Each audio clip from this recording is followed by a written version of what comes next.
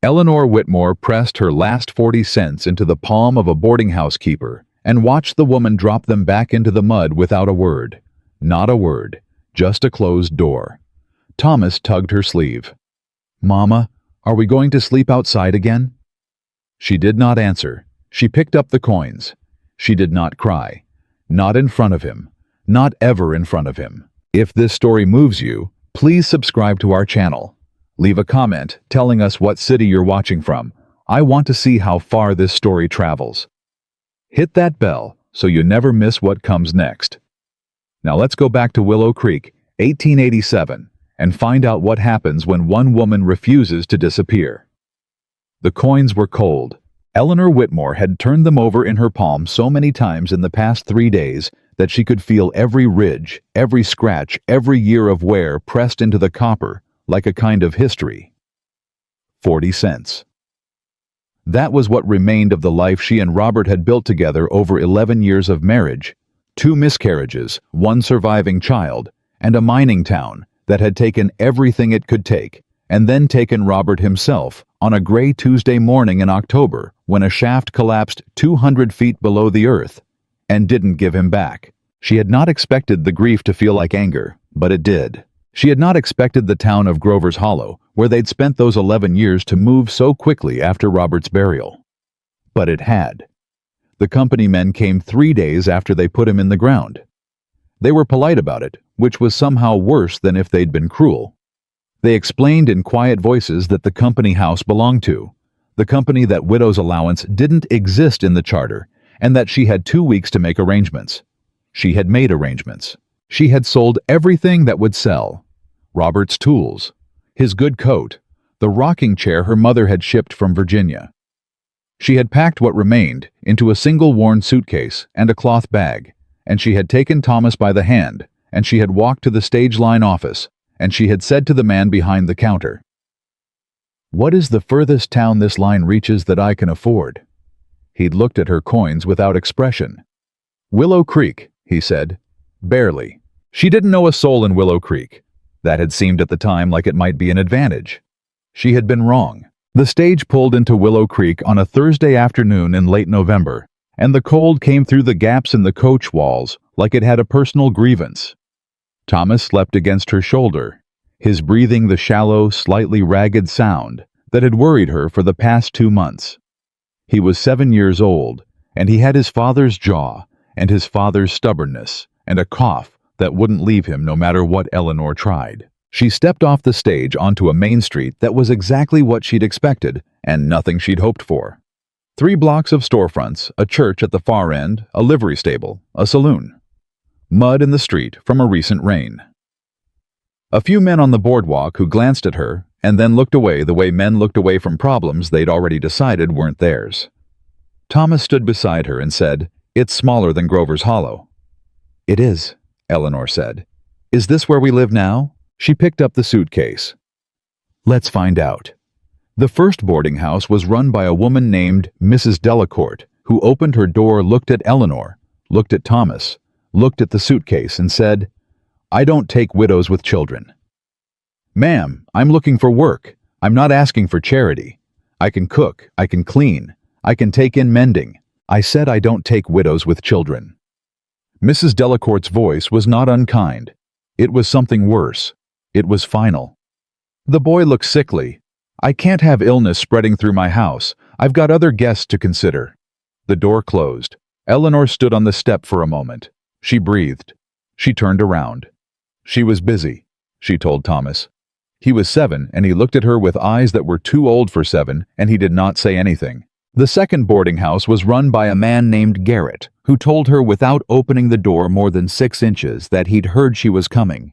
She had been on the stage. She had asked directions. Apparently that was enough, and that her late husband had owed money to a merchant named Platt, and until those debts were settled, he wouldn't be extending any credit or accommodation to the Whitmore name.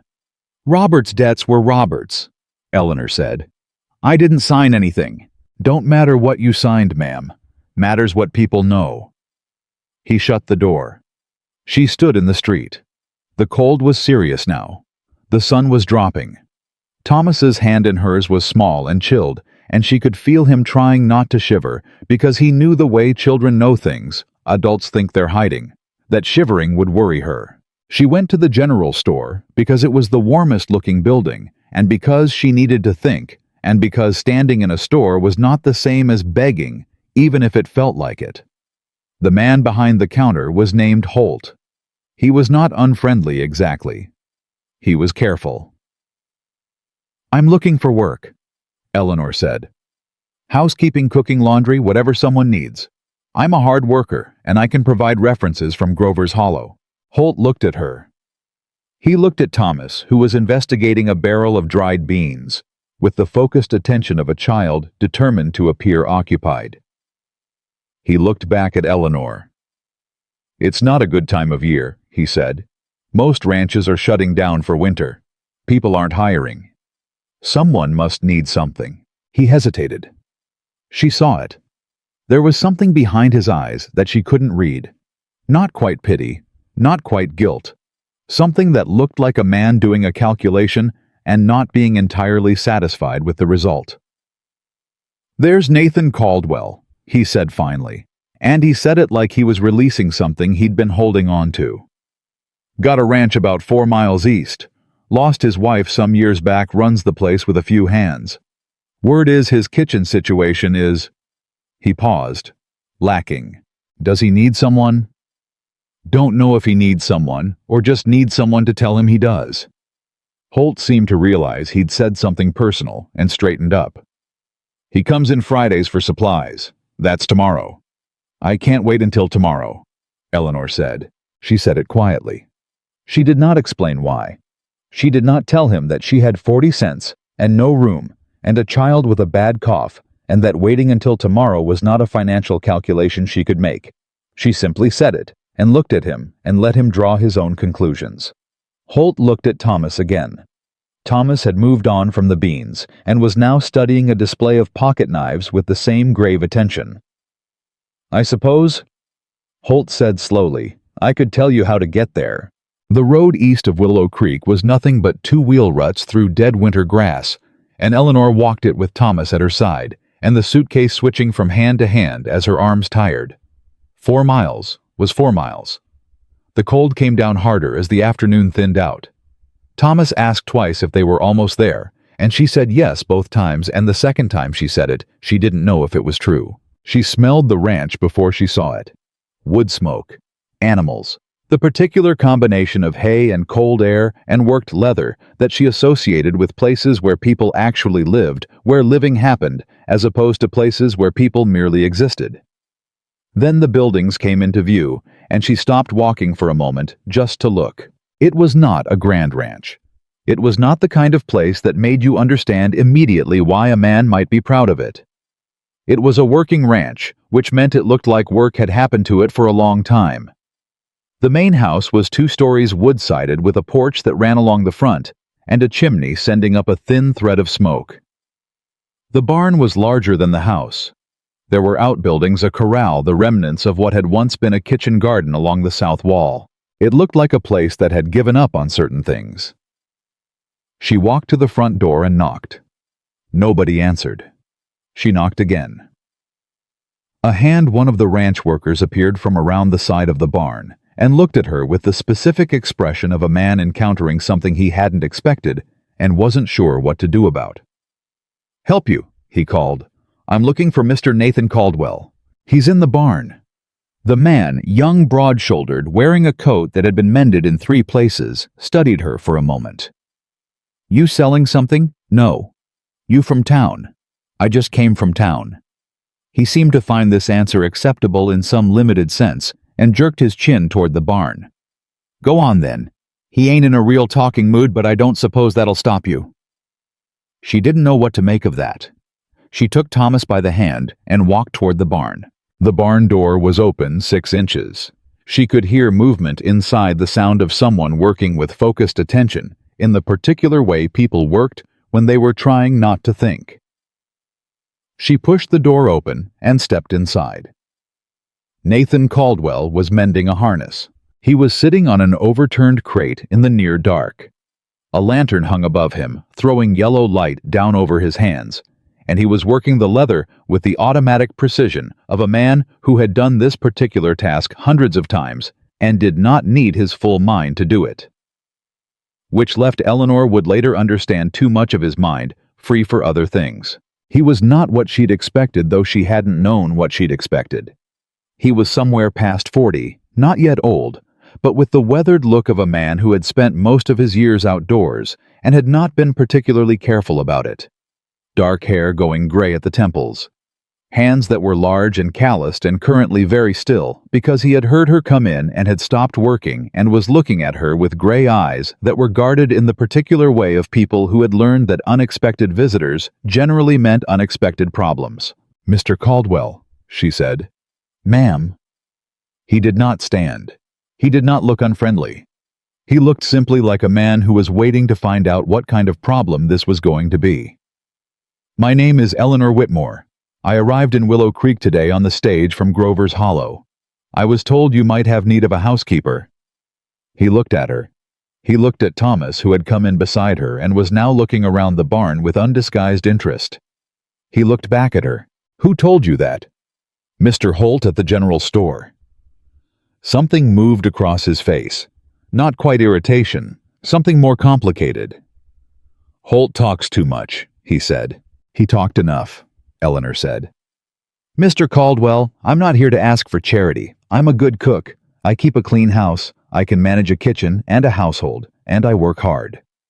My husband died 2 months ago in a mining accident, and I have my son, and I need honest work. Every boarding house in town has turned us away.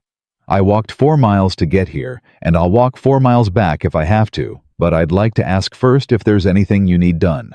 The barn was quiet. Outside, wind moved through the corral. Nathan Caldwell looked at her for a long time. Not the way men sometimes looked at women, in a way that made her want to step back. The way a man looked at something he was trying to figure out, trying to understand what it was and what it was worth and what it would cost. Then he looked at Thomas again. Thomas had found a cat. One of the barn cats had come out from behind a feed sack, and Thomas was crouched down, letting it sniff his fingers, perfectly still, perfectly patient, the way he had always been with animals, with the same gift his father had possessed, of moving slow enough that wild things forgot to be afraid.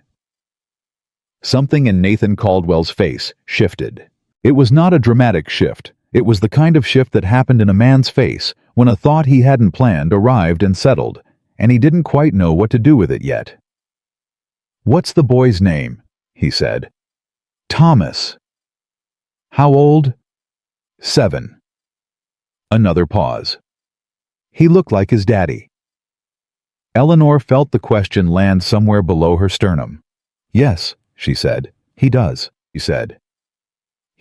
Nathan Caldwell set down the harness. He stood up slowly, the way a man stood who had been sitting for a while, and whose knees had opinions about it. He was taller than she'd realized.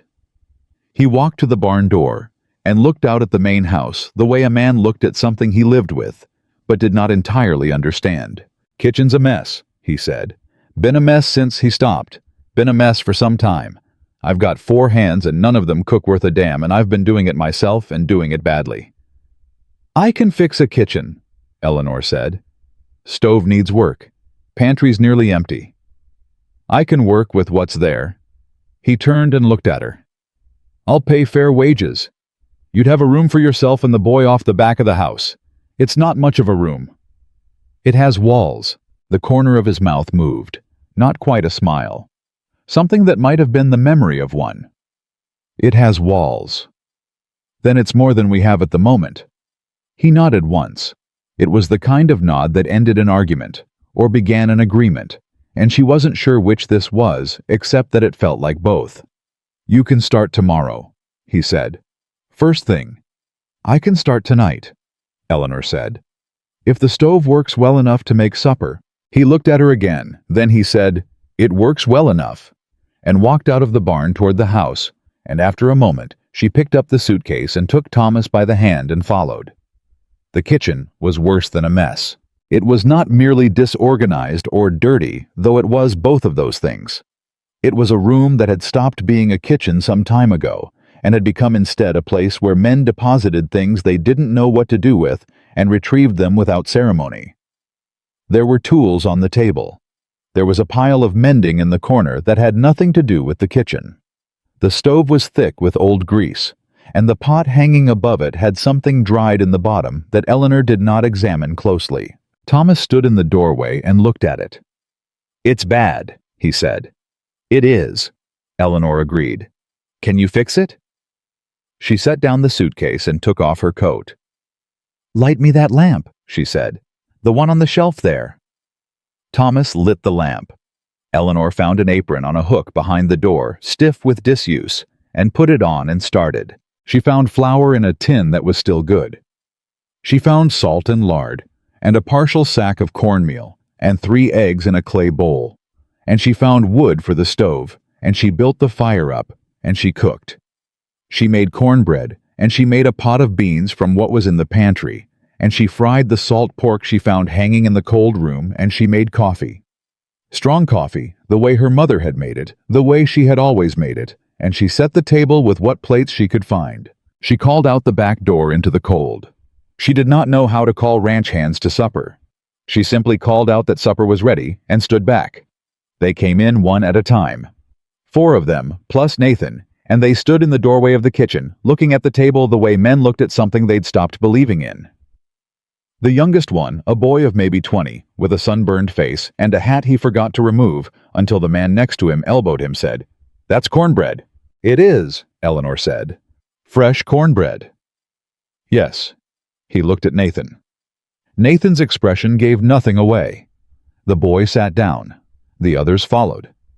Nathan sat at the head of the table and looked at his plate, and then looked at Eleanor with that same unreadable quality, that sense of a man trying to calculate something he didn't have all the numbers for. "Thank you, ma'am," he said. "You're welcome, Mr. Caldwell." Thomas ate at the end of the table tucked between Eleanor and the wall, and said nothing, and watched everything. The meal was quiet in the way that meals were quiet when people were actually eating, rather than picking at food they didn't want. Eleanor had not sat at a table where people actually wanted the food she'd cooked in longer than she could easily remember, and she found herself watching them with something she couldn't name. Exactly satisfaction, maybe, or maybe just the relief of being useful. After supper, Nathan showed her the room. It was off the back of the house through a narrow door past the kitchen. Small as he'd said. A bed, a chest, a window with a cracked pane that let in cold air. A second smaller cot that had been, she thought, a child's bed once, though she didn't ask. "I'll mend the window pane tomorrow," Nathan said. "We'll be fine tonight," Eleanor said. He looked at the room. He looked at Thomas, who was exploring the chest with the solemn attention he brought to all new places. He looked like a man about to say something, and then deciding against it. "Good night, Mrs. Whitmore," he said. "Good night, Mr. Caldwell." He left. She listened to his footsteps going down the hall. Thomas sat on the edge of the smaller cot and bounced once, testing it. He looked at her. "Mama," he said. "What?" "That man doesn't talk very much." "No," Eleanor said. "He doesn't. His house doesn't talk very much either." She sat beside him and put her arm around him, and he leaned against her. His small body, warm and real, and hers. "Houses take on the character of the people in them," she said. "Give it time." "How much time?" She kissed the top of his head. "Sleep," she said. She lay awake for a long time after he fell asleep, listening to the sounds of the ranch, the wind, the distant lowing of cattle, the creak of the house settling in the cold. She was aware in a way she hadn't had time to be aware of during the day of how alone she was. Not Thomas alone. Thomas was there, Thomas was always there. But woman alone. Life alone. The specific aloneness of a person who had built something with someone else and now had to build something else by herself and didn't know yet what it would look like. She would know eventually. She was fairly certain of that. She was also fairly certain that it was going to take more than she'd expected, cost more than she'd expected, and require more of her than she'd thought she had to give. She had been certain of that kind of thing before, though. And she had been wrong before. Not about the cost. About what she had to give. She had always had more. She would have more this time, too. She closed her eyes. Outside, the wind said something she couldn't quite hear. She was asleep before she could figure out what it was. She woke before dawn. That was habit, not choice. She had woken before dawn since Thomas was born, and before that had woken before dawn since she married Robert, and before that had woken before dawn since her mother first handed her a broom at age 9 and told her that the house didn't clean itself, and neither did the people in it. She woke and lay still for 30 seconds listening to Thomas breathe, and then she got up. She dressed quietly and went to the kitchen and built the fire in the stove from last night's coals, and put the coffee on, and stood at the kitchen window in the dark, and looked out at nothing while the coffee heated. She heard him before she saw him. Boots in the hall. The particular footfall of a large man trying to move quietly and partially succeeding. Then Nathan Caldwell appeared in the kitchen doorway, already dressed, wearing his coat hat in his hand, and he stopped when he saw her. They looked at each other across the kitchen in the early dark, with the coffee just beginning to smell like itself. "I didn't expect anyone to be up," he said. "I'm always up at this hour," she said. "Do you take your coffee with anything?" He looked at the pot. He looked at her. "Black," he said. She poured him a cup and set it on the table, and he sat down and wrapped his hands around it and said nothing, and she went back to what she'd been doing, which was inventorying the pantry properly for the first time, pulling things out and examining them, and writing a list on a scrap of paper she'd found in her coat pocket. The kitchen was quiet. Outside, the sky was beginning to change, that slow shift from black to dark blue that happened before anyone decided it was actually morning. "You make a list every morning?" he asked. "Every morning I'm somewhere new," she said.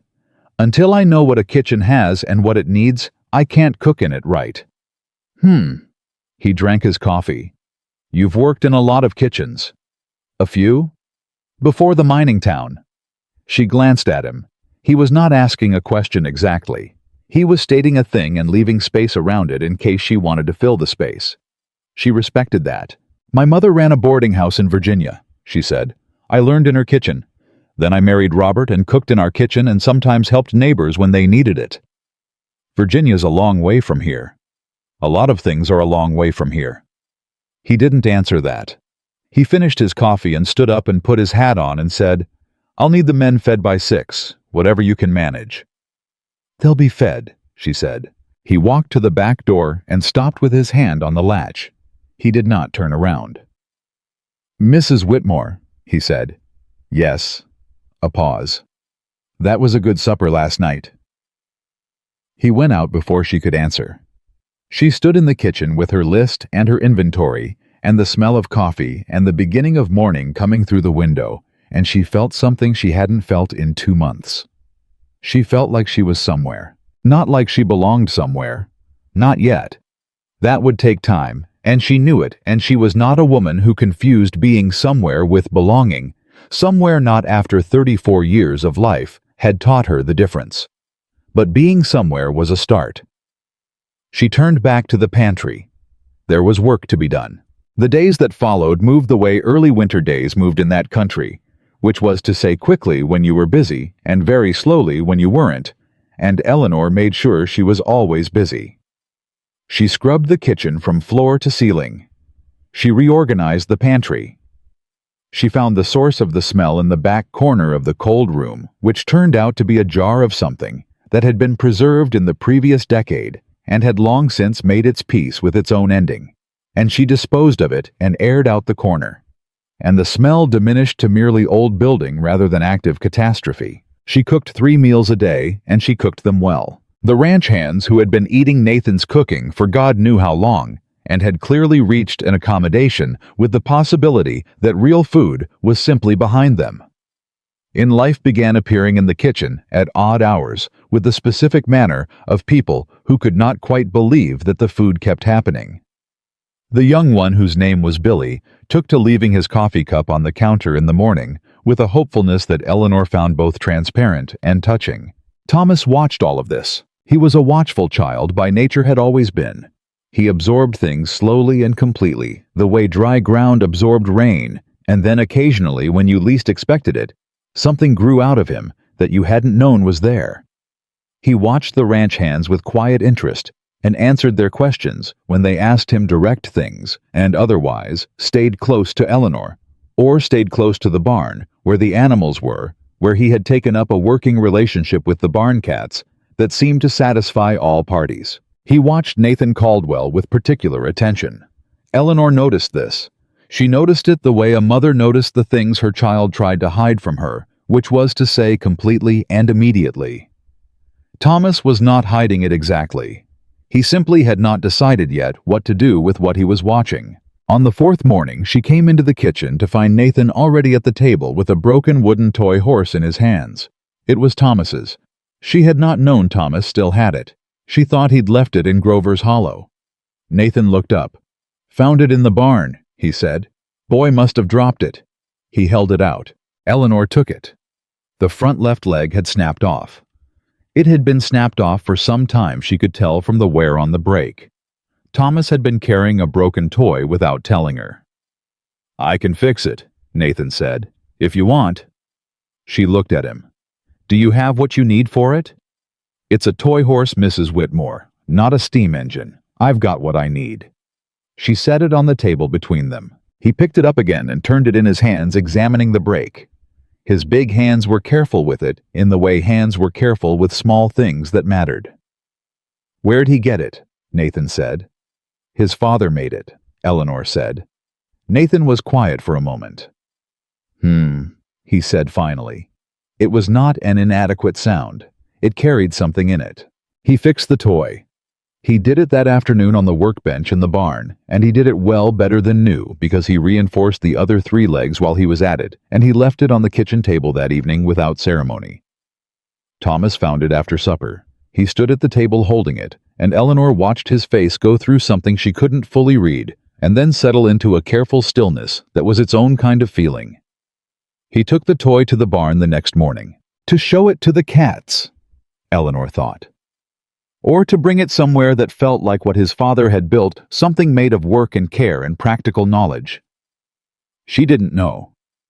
She only knew that the following morning, when Nathan came to the barn to start the day's work, Thomas was already there. Not in Nathan's way, not asking for anything, just there on the other side of the barn, making himself useful in small ways, handing tools when they were needed, holding things that needed holding, moving with the practiced quietness of a child who has learned that the best way to be allowed somewhere is to be useful there. Nathan didn't send him away. He didn't say much to him either, not at first, but he didn't send him away. Eleanor watched this from the kitchen window and felt something complicated move through her. Something that had several things in it at once, gratitude and grief, and something cautious she did not want to name yet, because naming it felt like reaching for something that might not be there. She went back to her list. She had a kitchen to run. There would be time, or there wouldn't be for everything else. But something was happening in that barn. Something patient and unspoken that neither Nathan Caldwell nor her son Thomas would have been able to articulate if asked, something that did not need words, because it was built from the same material as the ranch itself. Work and weather, and the particular quiet that came when 2 people decided, without saying so, to occupy the same space without fear. That was enough, she told herself. That was more than enough for now. She wrote down flour, cornmeal, dried beans, molasses, and tried not to look out the window again. She looked out the window again. Thomas was handing Nathan a wrench. Nathan took it with a brief, wordless nod. And the morning went on around them, cold and clear, and moving forward in the way that mornings moved when they contained the small necessary business of a life that had not yet decided what it was going to be. She wrote down coffee. She definitely needed more coffee. By the end of the second week, the rhythm of the ranch had reorganized itself around her. This was not something she had planned or pushed. It was simply what happened when you cooked 3 good meals a day in a house full of people who had been eating badly for too long. The body wanted warmth, and the body wanted nourishment, and the body, when it got those things, consistently began to arrange itself around the getting of them. The men came in at predictable times now. They wiped their boots most of the time. Billy had stopped leaving his cup on the counter, and had started, without being asked, rinsing it after his morning coffee. A man named Eustace, who was the oldest of the hands, and who had the faintly formal manner of a man who had been raised to do things right, and had let that slip somewhat over the years, had begun helping Thomas dry dishes after supper without making a production of it. The kitchen was alive in the way that kitchens were alive when they were doing what they were built for. Nathan noticed. She could tell from the way he looked at the room, sometimes briefly, with a quality of surprise he didn't fully conceal. Like a man who had forgotten this was possible, and was being reminded, and didn't know entirely what to do with the reminder. He had not talked to her much beyond what was necessary. That was fine. She was not there to make him talk. She was there to cook and clean and keep the household functioning, and she did that without requiring conversation.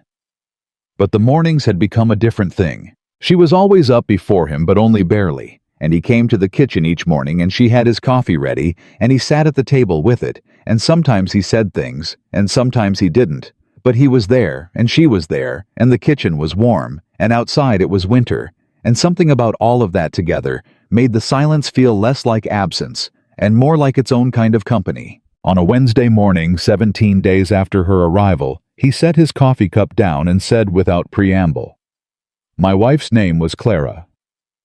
Eleanor did not look up from the biscuits she was cutting. "How long has she been gone?" 6 years. "Were you happy?" It was a bold question. She asked it because she was genuinely curious, and because she had learned that sometimes the only way to know a thing was to ask. He was quiet long enough that she thought he wasn't going to answer. "We were working on it," he said. "When she died, we were still working on it. I think we would have gotten there." She put the biscuits in the pan. "I'm sorry." "It was 6 years ago." 6 years or 60, she said. "Loss is loss." He looked at his coffee. "Your husband, you loved him." "Very much." "And now?" She glanced at him. He was not asking what she thought he might be asking. He was asking something more fundamental, something about how a person continued after love was taken. "And now," she said carefully, "I love what he left behind. Which is that boy in the barn learning to wrap harness leather from your man Eustace, and whatever I learned about myself in 11 years of being loved by someone who thought I was worth loving." Nathan Caldwell looked at her for a long moment. He said. He finished his coffee. He went to work. Eleanor stood in the kitchen, with the smell of biscuits coming up around her, and the sound of the morning outside, and something very still and very quiet in the center of her chest that she had not felt in a long time. She was not ready to call it anything, but she felt it. And feeling it after 2 months of feeling only cold and fear and grief felt like the first morning after a long illness, when you wake up and realize with something between disbelief and ferocious gratitude that you are actually going to be all right. She did not cry. She went and got the biscuits. There was breakfast to make. And then there was lunch. And then there was supper. And then there would be tomorrow. And she was, for the first time in a long time, genuinely curious about what it would bring. The third week at Caldwell Ranch arrived the way most things arrived in Eleanor's life, since Robert died without announcement, without ceremony, and with considerably more weight than she had prepared for. It started with a cough, not Thomas's. His had actually improved in the dry cold of the ranch, the air out here thinner and cleaner than the mineral-soaked air of the mining town, and she had noticed with the specific relief of a mother who had been counting her child's breaths for 2 months, that he was sleeping deeper, waking easier, moving through his days with less effort than before. No, this cough was Billy's. Billy Marsh, the youngest of Nathan's hands, the one with the sunburned face and the hat he still occasionally forgot to remove indoors, came to breakfast on Monday of the third week with the gray, hollow look of someone who had been fighting something overnight and losing. He sat down at the table and Eleanor set his plate in front of him, and he looked at it and didn't pick up his fork. That was how she knew it was serious. Billy Marsh had, in the 3 weeks she'd known him, demonstrated a relationship with food that could only be described as devoted. The boy ate the way people ate when they'd spent years in genuine uncertainty about whether a meal was coming. Not greedy, just completely attentive, like a man at prayer. "You're not eating," she said. "I'm fine, ma'am." "You are not fine," He opened his mouth to argue, and then closed it because she was already pressing the back of her hand to his forehead the way her mother had done, and her mother's mother before that, and what she felt there was enough. "You're going back to bed," she said. "Mr. Caldwell needs me in the south pasture." "Mr. Caldwell needs you well," she said. "Not standing in a field giving the cattle whatever you've got. Back to bed, Billy." He went, which told her something about how bad he actually felt, because Billy Marsh was not the kind of young man who took direction without at least a token resistance. She went to Nathan in the barn. He was already saddled ready to ride out, and he looked at her when she appeared in the doorway with an expression she was coming to recognize as his version of attention, perfectly still, the kind of stillness that meant all of him was directed at the thing in front of him. "Billy's sick," she said. "Fever. You'll need to rearrange your day." He was quiet for a moment. "How bad?" "Not dangerous yet. Will be if he works through it." Nathan looked past her toward the bunkhouse for a moment. Something passed through his face. Not quite worry, not quite irritation. Something that looked like a man recalculating. "You know anything about fever?" he said. "My mother ran a boarding house for 20 years, Eleanor said. "I know more about fever than I want to." He nodded. "All right then." He swung down from the saddle. "Eustace," he called into the barn. "You're riding the south pasture alone today." From somewhere in the depths of the barn, Eustace's voice came back dry and long-suffering. "When am I not?" Eleanor went back to the kitchen and made a broth from what she had thinner than she'd like, but hot and honest, and she brought it to Billy and made him drink it, and came back 3 times during the day to check on him, and by evening his fever was moving in the right direction. She sat with him for 20 minutes while he drifted between sleep and waking, and told her in the fragmented way of feverish people about his mother in Kansas, who made biscuits a certain way, and about a girl in the last town who had smiled at him twice and he hadn't been able to sleep for a week after. She listened. She had always been a good listener, which was perhaps the most undervalued skill she possessed, the ability to make people feel that what they were saying was worth saying. When he finally fell properly asleep, she went back to the kitchen and found Nathan at the table. He had his coffee, and he was not doing anything with his hands, which she had come to understand was unusual. Nathan Caldwell's hands were always doing something. When they weren't doing anything, his mind was very full. She sat across from him. She didn't ask permission. She was too tired to ask permission. "He'll be all right," she said. Nathan nodded. "He talked about his mother," she said. Nathan looked at her. "Boys usually do when they're scared," she said, "even when they're 22, and they'd never admit it out loud." Nathan wrapped both hands around his cup. "Billy's been with me 3 years, he said. "Came out here with nothing. Doesn't have anyone back home worth mentioning." "He has people worth mentioning here," Eleanor said. Nathan looked at her steadily. "You've been here 3 weeks, Mrs. Whitmore." "And already I know that," she said. "What does that tell you?" He did not answer immediately. He looked at his coffee. He looked at the table between them, at the grain of the wood, at nothing in particular. "It tells me," he said finally, "that you're paying attention." "I always pay attention," she said. "It's how I've managed." The kitchen was quiet around them. Thomas was asleep. Outside, the temperature had dropped again, the kind of cold that made the house speak in creaks and sighs. "Mr. Caldwell," she said. "Nathan," he said. It was the first time he'd offered it. It came out with the specific carefulness of someone who had thought about saying it for a while and had finally decided. She accepted it without making anything of it. "Nathan, can I ask you something?" "You can ask." "This ranch, the kitchen, the house. It wasn't always like this." It wasn't a question. He recognized that and answered accordingly.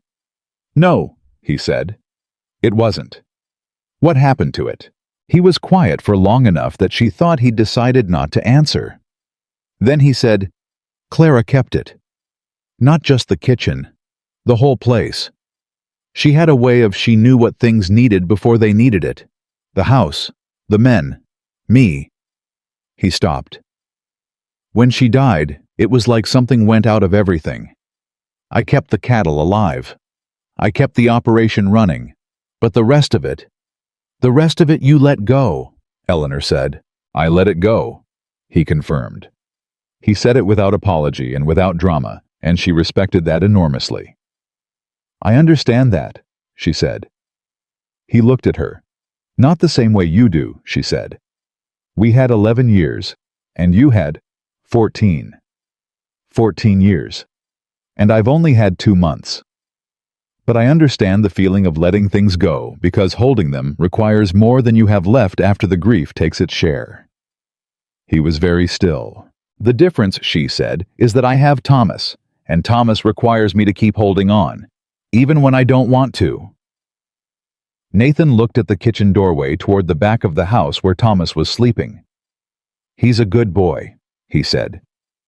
He is, Eleanor said. He's the best thing I've ever done. Something moved in Nathan's face, something old and complicated. Claire and I didn't have children, he said. It cost him something to say it. She could hear the cost. I'm sorry, she said. It wasn't we tried. He stopped again. It wasn't to be. That's its own kind of loss, Eleanor said.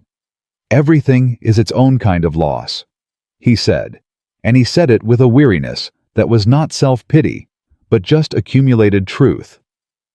Eleanor stood up because she was tired, and because she felt that if she sat there much longer, she would say something that crossed a line she wasn't sure either of them was ready for her to cross.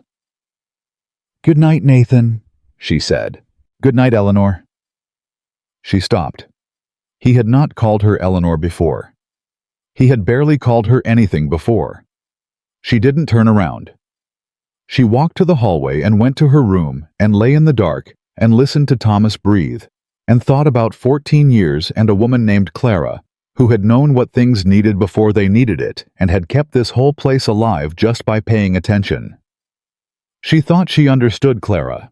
She thought she might have liked her. She thought that was the very strange thing to feel, and also that it was probably the most honest thing she'd felt in weeks. She closed her eyes. The morning came cold and fast. Billy was better by Wednesday. Well enough to be annoying about it, well enough to show up at the breakfast table and eat his eggs with the focused reverence of a man who had been reminded by a brief excursion toward death of his fundamental feelings about eggs. You trying to kill me with kindness, ma'am? He said, because there was also bacon. I'm trying to make sure the next time you get sick. Eleanor said, you do it in a month that's more convenient for everyone. He laughed. It was a good laugh, the kind that came out of the belly and didn't have any performance in it. Some of the other men smiled. Eustace, who was drinking his coffee and reading a month-old newspaper with the concentration of a man reading sacred scripture, made a sound that might have been amusement. Nathan came in from the morning's first round and looked at the table and looked at Billy and said, You alive? Yes, sir, Billy said. Good. Nathan sat down. He poured coffee. He looked at his plate.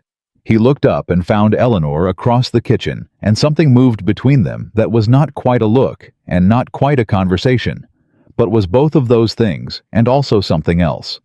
Something that happened when two people who had talked about real things in the quiet of a late night had to face each other in the loud ordinary of a morning. She poured him more coffee. He said, Thank you.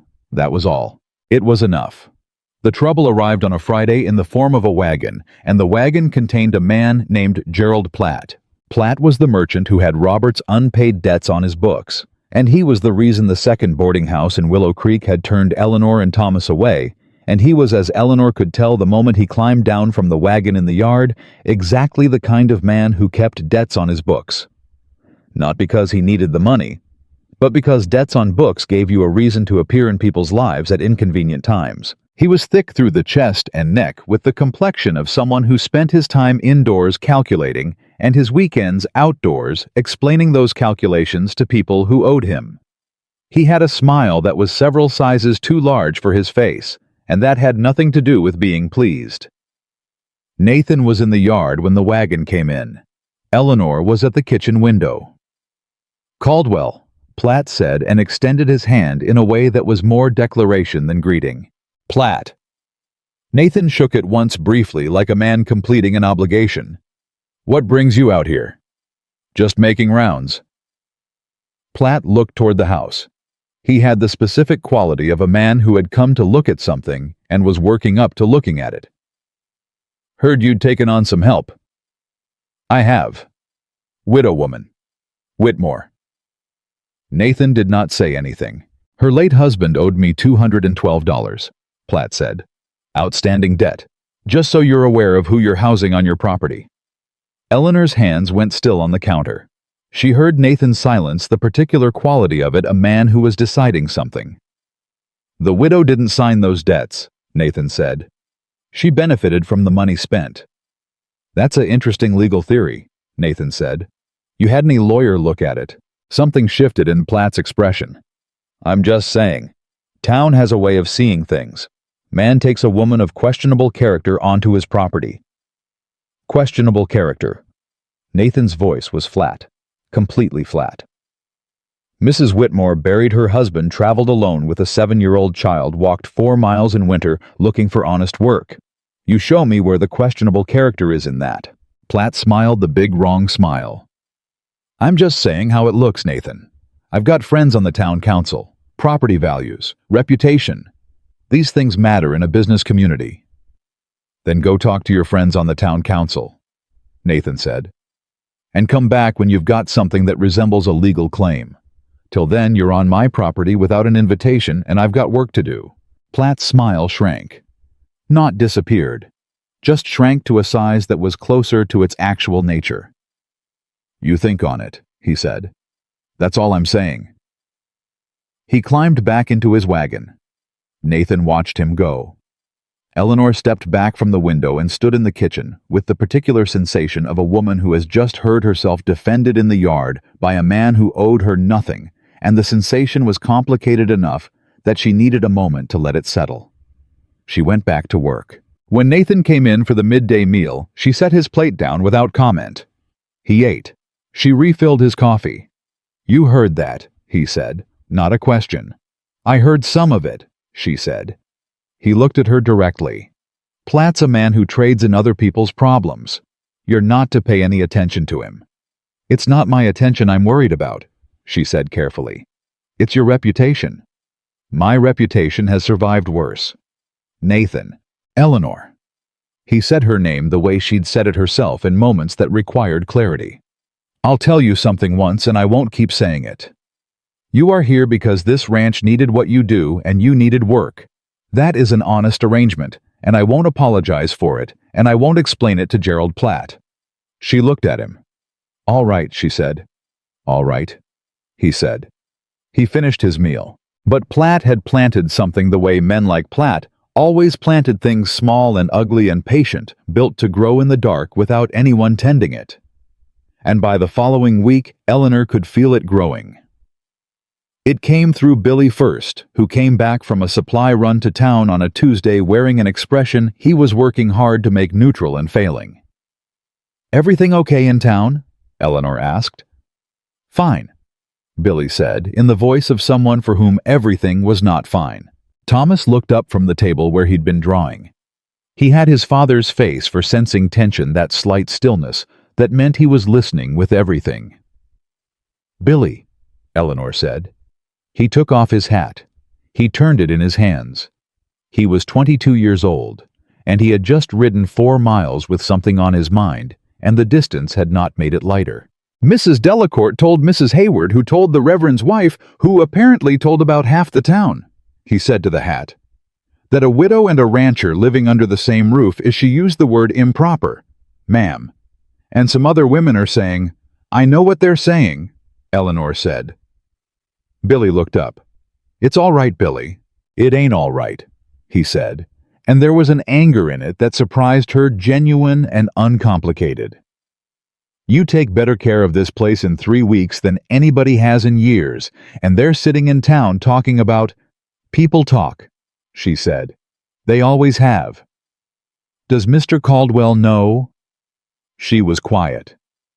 He should know, Billy said. It ain't right for him not to know.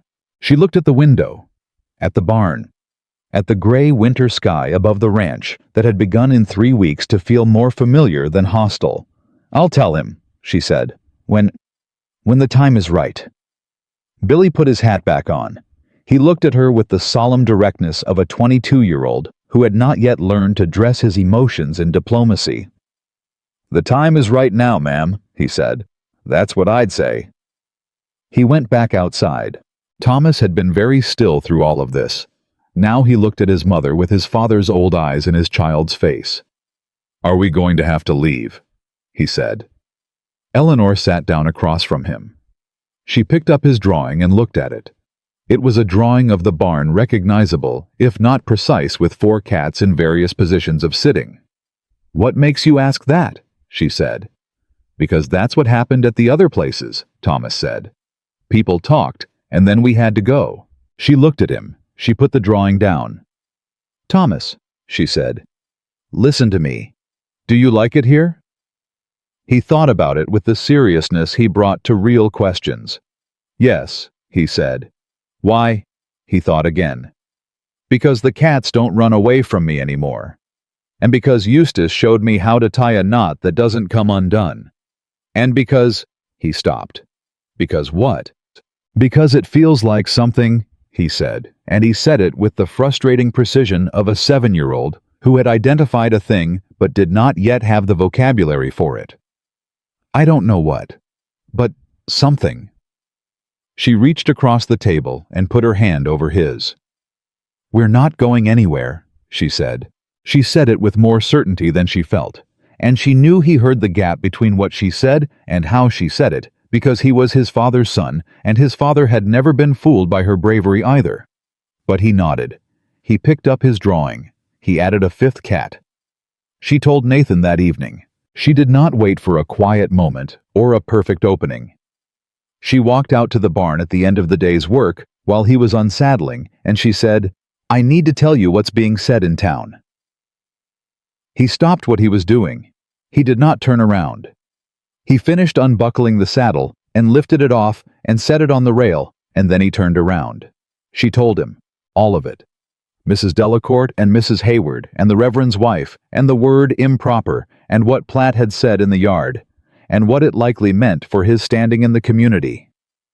She told it plainly without softening or dramatizing the way she would have wanted to be told. When she finished, Nathan looked at the saddle he'd just hung up. "That's it," he said. She blinked. "Is that not enough?" "I thought you were going to tell me something I didn't know," he said. "You knew." He looked at her. "Eleanor, I go to town every Friday. People talk to me. People look at me. And Platt came out here last week to remind me of what people think, which means what people think was already circulating before Platt showed up." He paused. "I'm not a young man, and I'm not a blind one." She stood very still. "And you didn't say anything," she said. "No." "Why?" He looked at her for a moment with the gray eyes that did not reveal things easily. "Because it's not your problem to carry," he said. "It's mine, and I've been carrying it fine." "Nathan, if it affects your business—" "My business is my business," he said. "Platt and his friends can have opinions. They can't touch my cattle or my contracts. The real buyers don't care who runs my kitchen." She stared at him. "You're angry," he said. "I am not angry," she said, and then stopped because she was a little, and it was irrational, and she knew it. She was angry because she had been worried, and he had known, and had not told her, and she had spent a week carrying the thing, and he had been carrying it already, and somehow the two of them had been carrying the same thing without knowing they were sharing the weight. "I should have told you sooner," he said. "Yes," she said. "You should have." He looked at her. "All right, I'm sorry." The apology was direct and unadorned like everything else about him, and she accepted it the same way. "All right," she said. She turned to leave the barn. "Eleanor." She stopped. "Whatever they're saying in town," he said, "this is still your job, and Thomas is home, as long as you want it." She did not turn around. She stood with her back to him and felt those words land somewhere in her and settle in a way she wasn't entirely sure what to do with. "Thank you," she said. She walked back to the house. Thomas was at the table with his drawing. Billy was at the stove, failing to make coffee in a way that suggested he'd been trying to help and had made things worse. The kitchen smelled like warmth and burned coffee, and the particular scent of a house where enough people lived to generate their own heat. She took the coffee pot away from Billy without comment. He looked relieved. She made coffee. She stood at the stove and made coffee and looked at the kitchen that 3 weeks ago had been a place where something had been given up on, and she thought about what Nathan had said. "As long as you want it," and she thought about Thomas adding a 5th cat to his drawing, and she thought about Billy riding 4 miles with other people's cruelty on his shoulders, because he thought she should know. Something rose in her chest. She had felt it before years ago, when she first understood that Robert Whitmore was going to love her, not because she was convenient or pretty or tractable, but because he saw her actually saw her, and found what he saw worth his life's investment. She had felt it and been afraid of it, and then been grateful for it every day until he died. She pressed it down now. It was too soon and too complicated, and she was too tired, and there were too many people in this kitchen for any of it. She poured coffee. She called the men to supper. The weeks moved.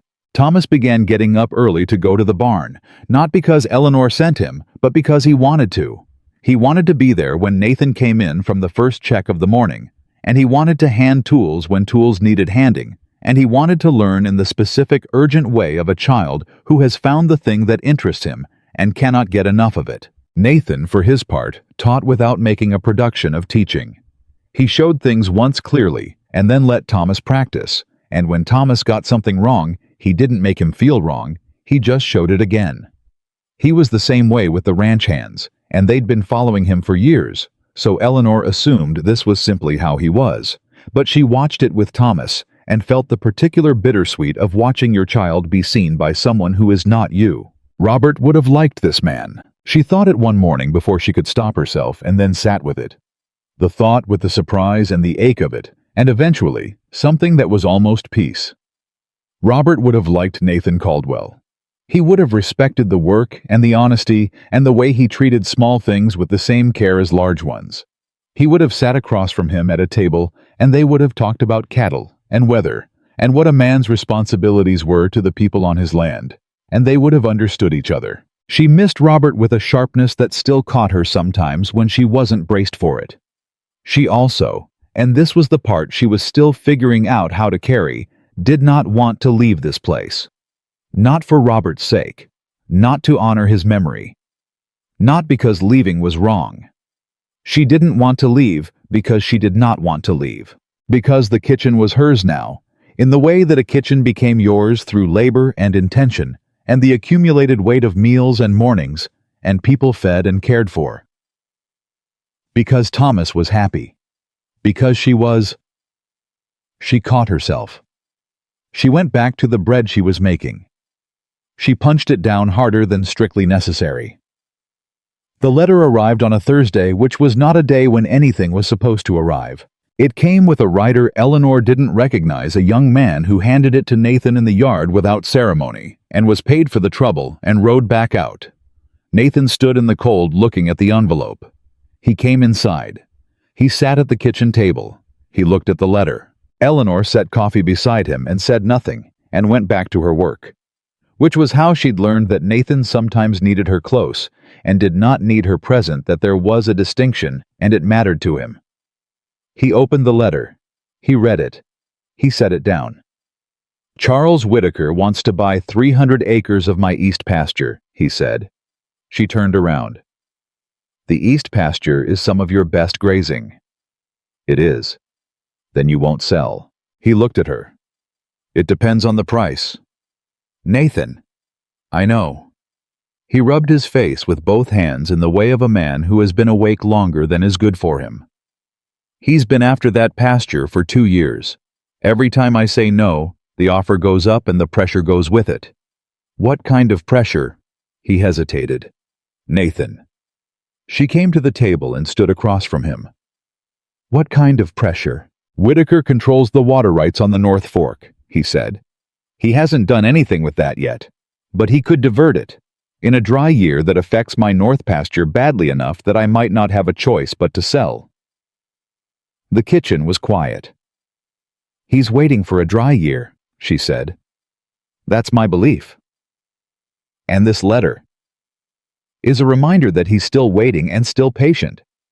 He looked at the letter. Whitaker doesn't push. He surrounds. Eleanor sat down across from him. Who is he? She said. Big landowner. Biggest in the county after he bought out the Moreno spread last year. Respectable. Civic-minded. He sits on the town council with Platt. Of course he does, she said. Nathan looked at her. He came to a Sunday service, Nathan said slowly. About 2 weeks before you arrived. Made a point of talking to me after. Said he'd heard I was struggling to keep up with the ranch since... He stopped. Since Clara died. Said if I ever wanted to sell his offer stood. Very sympathetic. Very careful. Men like that are always careful, Eleanor said. You know men like that. My father was one, she said. Different in every particular. Same in every way that mattered.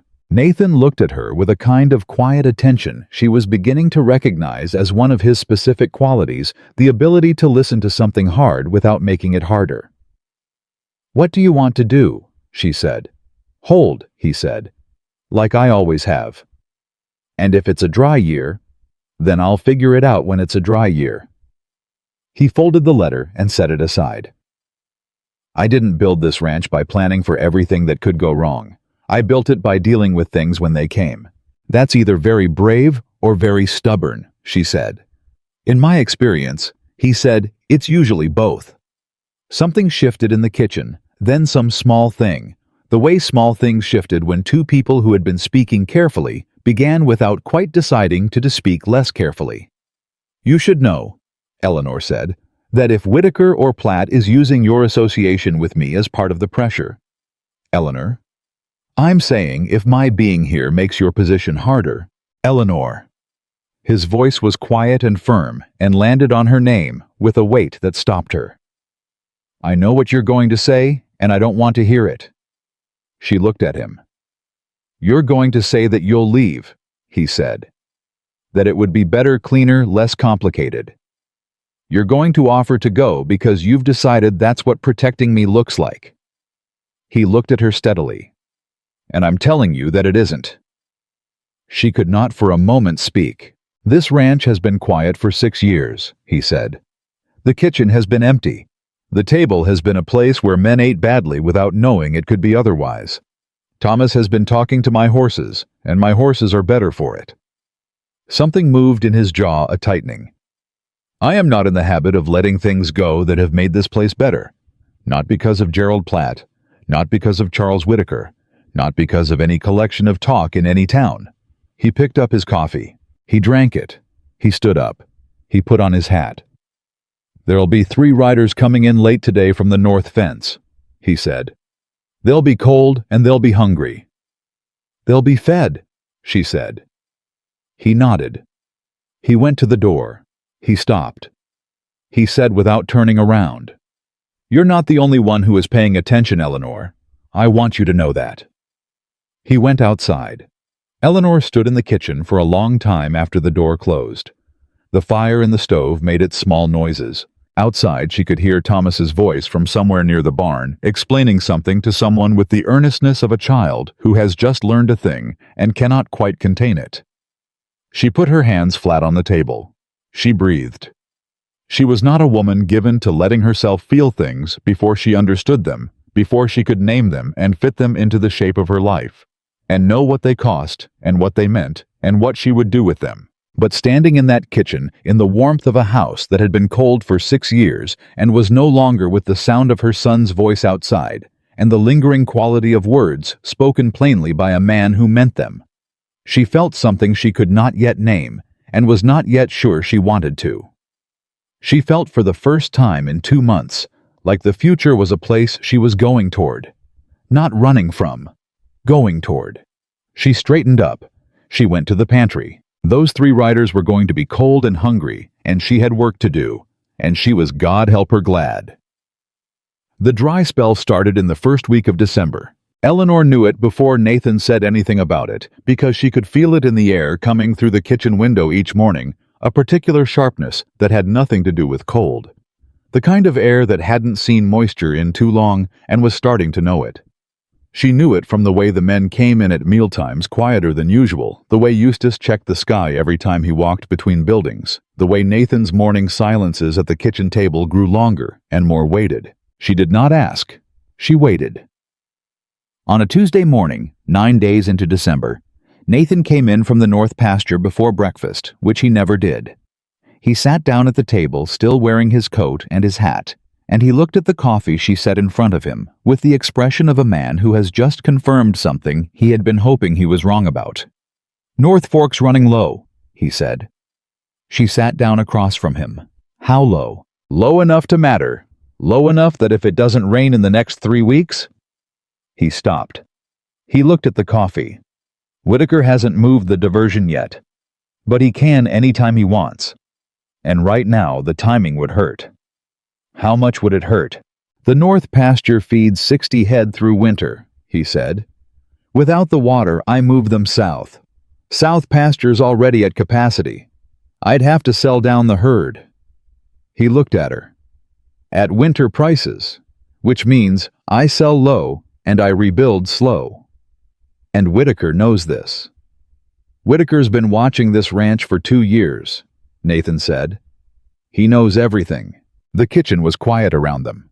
The fire in the stove worked steadily, and the bread Eleanor had started before dawn was proving on the shelf, and the ordinary business of the morning continued around this conversation like a river around a stone.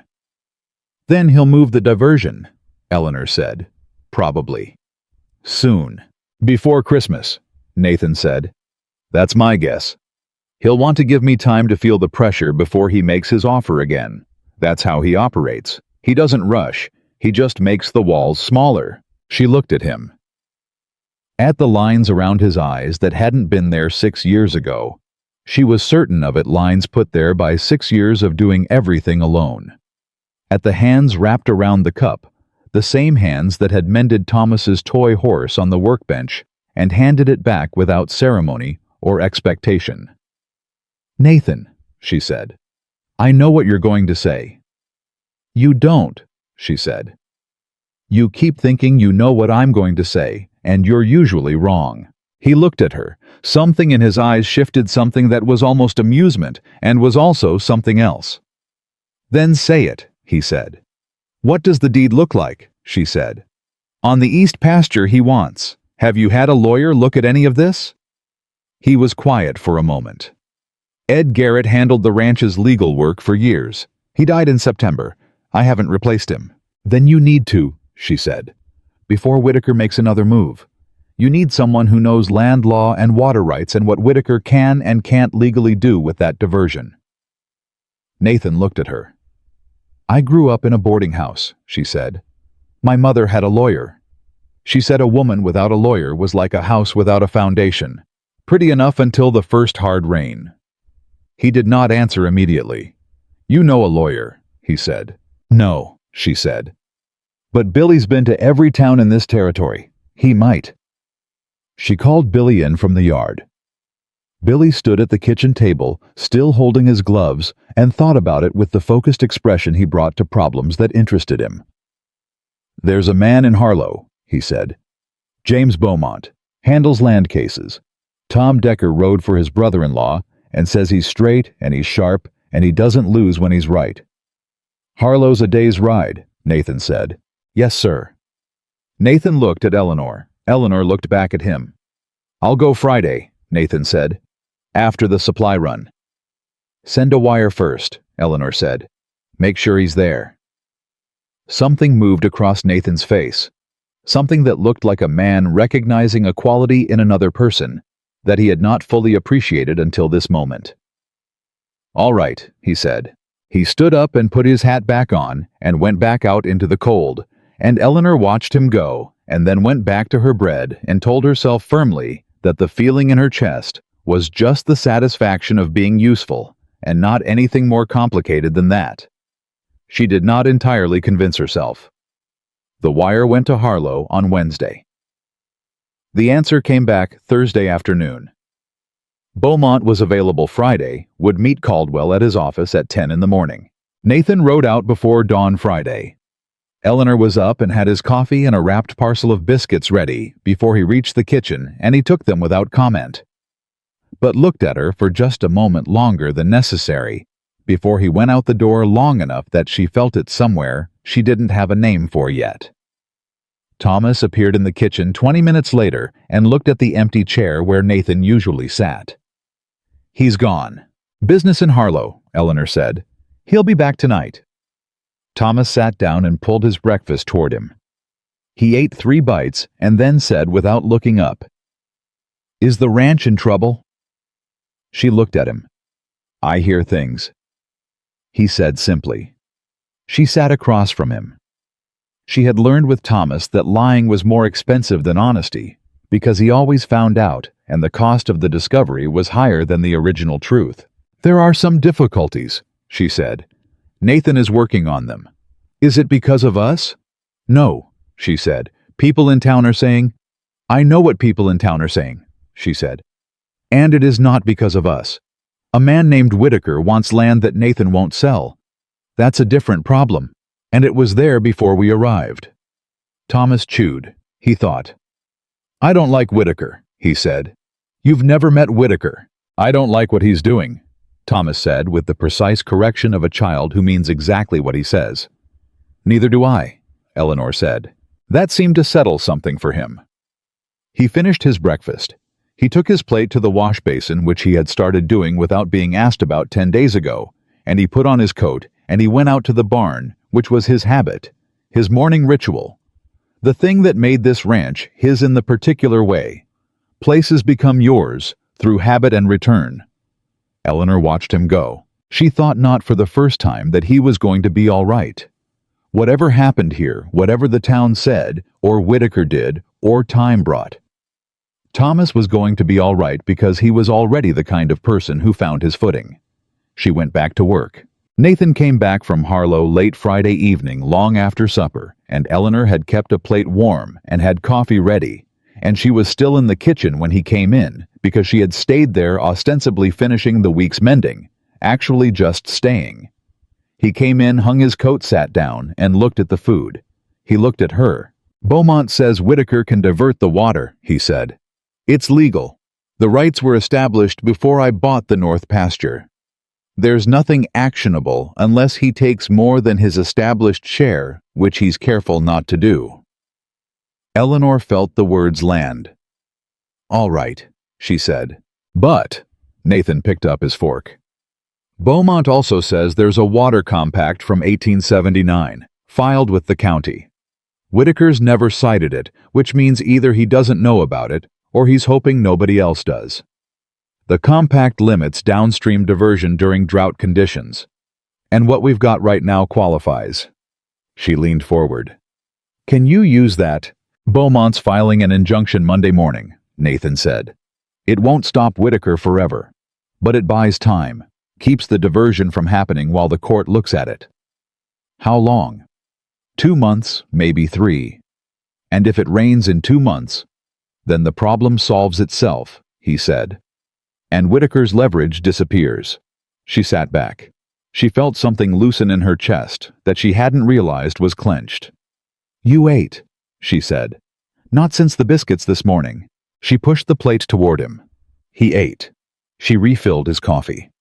The kitchen was warm and quiet, and outside the sky had finally clouded over in the way it clouded when it was considering doing something about the drought. "You're smiling," Nathan said. "I'm thinking about your mother's boarding house lawyer," she said. He looked at her. "Sometimes the right advice is the advice you got from the right person at the right time," she said. He looked at her for a moment longer than conversation required. "Sometimes it is," he said. She went to bed before she said anything else. The injunction filing was not a quiet thing. By Monday afternoon, the news had reached Willow Creek because in a small town, legal filings were not private events, and Beaumont had a clerk who talked, and the clerk knew people, and by the time Nathan rode in for his weekly supply run on Friday, everyone who needed to know already did, including Charles Whitaker. Whitaker was at the general store when Nathan arrived. Not by accident. Eleanor would have bet the ranch itself that Whitaker had not been at the general store by accident. He was a lean man, gray-haired, with the kind of face that had been handsome once and had aged into something more careful. He wore good clothes without being showy about them, which Eleanor had learned was a particular skill of men who had enough money that they no longer needed to demonstrate it. She was not there. She heard it from Holt, who told Billy, who told Eleanor, with the specific urgency of a young man delivering news he found significant. Whitaker told Nathan he was making a mistake, Billy said. Said the injunction was just going to drag things out and cost money neither of them had to waste, and that a reasonable man would see that selling the east pasture was the right outcome for everybody. What did Nathan say? Eleanor asked. He bought his supplies, Billy said. Packed them in the wagon, and when Whitaker said it a second time, Nathan looked at him and said, Charles, I've heard you. I'll let the court hear you next. And then he left. Eleanor stood at the stove with the ladle in her hand. That's it, she said. That's it, Billy said. He was grinning. You should have seen Whitaker's face, ma'am.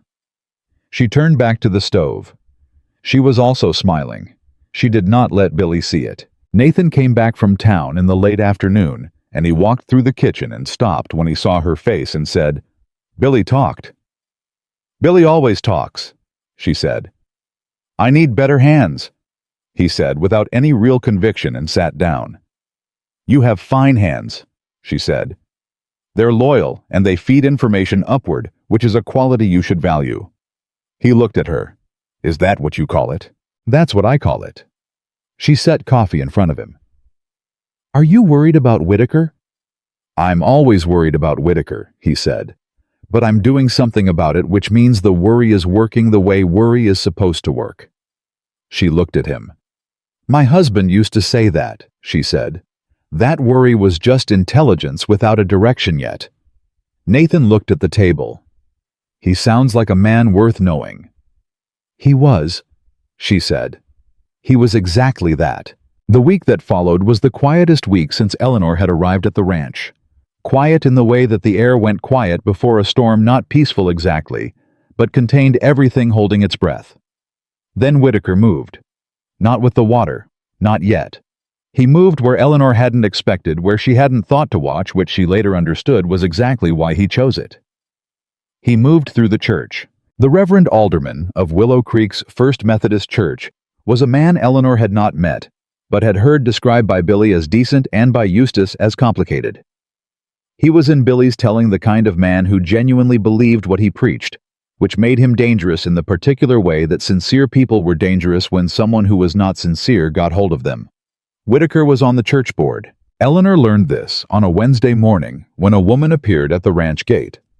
She was perhaps 60, small and precise, with the manner of someone who had delivered difficult messages before and had developed a professional relationship with the discomfort of it. Her name was Mrs. Alderman, the Reverend's wife. Eleanor met her at the gate because Thomas had seen her coming from the barn and come running to get Eleanor, and Eleanor had the obscure instinct to keep this woman away from the house. Mrs. Whitmore, the woman said. Mrs. Alderman, Eleanor said. She did not know her, but she knew exactly who she was. The woman looked at her with an expression that was genuinely conflicted, which Eleanor gave her credit for. Whatever she had come to say, she was not entirely comfortable saying it. I've come on behalf of the Reverend, she said. Has he a message for me? Yes. The woman looked at her hands briefly, then back up. The Reverend is concerned about the arrangement here. A widow woman alone with a bachelor rancher, no family present. No, my son is present, Eleanor said. He is 7 years old, and he is my family. Yes, I understand that, but a child cannot... She stopped. She started again. The Reverend is concerned about appearances, Mrs. Whitmore, about what the congregation thinks, and he has been encouraged to address it. By whom? Eleanor said. The woman was quiet. By Mr. Whitaker, Eleanor said. Mrs. Alderman looked at her with something that was not quite confirmation and not quite denial, and was therefore both. "The Reverend," she said carefully, "would like to suggest that if things were formalized in some way, that would put certain concerns to rest." The word hung in the cold air between them. Eleanor understood exactly what formalized meant. She felt it hit somewhere low and hard, not because the idea was without its own complicated feeling, but because of the mechanism of it, the use of it, the fact that a man who wanted her gone was now trying to use the church and propriety to either push her out or push her into something she hadn't chosen on her own terms. "Mrs. Alderman," Eleanor said, "I appreciate that you came yourself, and I think you are a woman of genuine conscience, or you would have sent someone else, so I will speak honestly." The woman looked at her. "I came to this ranch because I needed work and Mr. Caldwell needed help. I have done my job and I have done it well, and there is nothing improper in this house. If the Reverend or Mr. Whitaker or anyone else in that town has a concern, they are welcome to come out here and see for themselves how we live." She paused. "But I will not be pressured. Not by gossip, and not by the church, and not by Charles Whitaker. And I think you already know that's what this is." Mrs. Alderman looked at her for a long moment. "I think," she said quietly, "I should not have come." "I think you were sent," Eleanor said, "and I don't hold it against you." The woman looked at her with something that might have been respect and might have been relief. "You're not what I expected," she said. "Nobody ever is," Eleanor said. Mrs. Alderman nodded once. She turned her horse around and rode back toward town. Eleanor stood at the gate until she was gone. Then she turned around and Thomas was there 10 feet away, having come from the barn while she wasn't looking, standing in the cold with his coat half buttoned and his face very careful. "She wanted you to marry him," he said. Eleanor looked at her son. "Or leave," he added. "Yes," she said. He buttoned his coat the rest of the way. He did it slowly, deliberately, all 4 buttons. "What are you going to do?" "I'm going to make lunch," she said. He looked at her. "And then I'm going to tell Nathan what happened," she said. "And then we're going to figure out what comes next. Together." Thomas nodded. He walked back toward the barn. Eleanor stood at the gate for another moment. The anger in her was quiet and very deep. The kind of anger that had nowhere to go yet, and so simply settled in and waited. She went inside. She made lunch. She told Nathan over the midday meal with the men present because she was not going to hide it and she was not going to soften it. She set the food on the table and she told him what Mrs. Alderman had said and how she'd said it and who had sent her. The kitchen went very quiet. Billy's fork stopped halfway to his mouth. Eustace set down his coffee with a careful precision that suggested he was controlling something. Nathan was absolutely still. "Whitaker sent the Reverend's wife," Nathan said. It was not a question.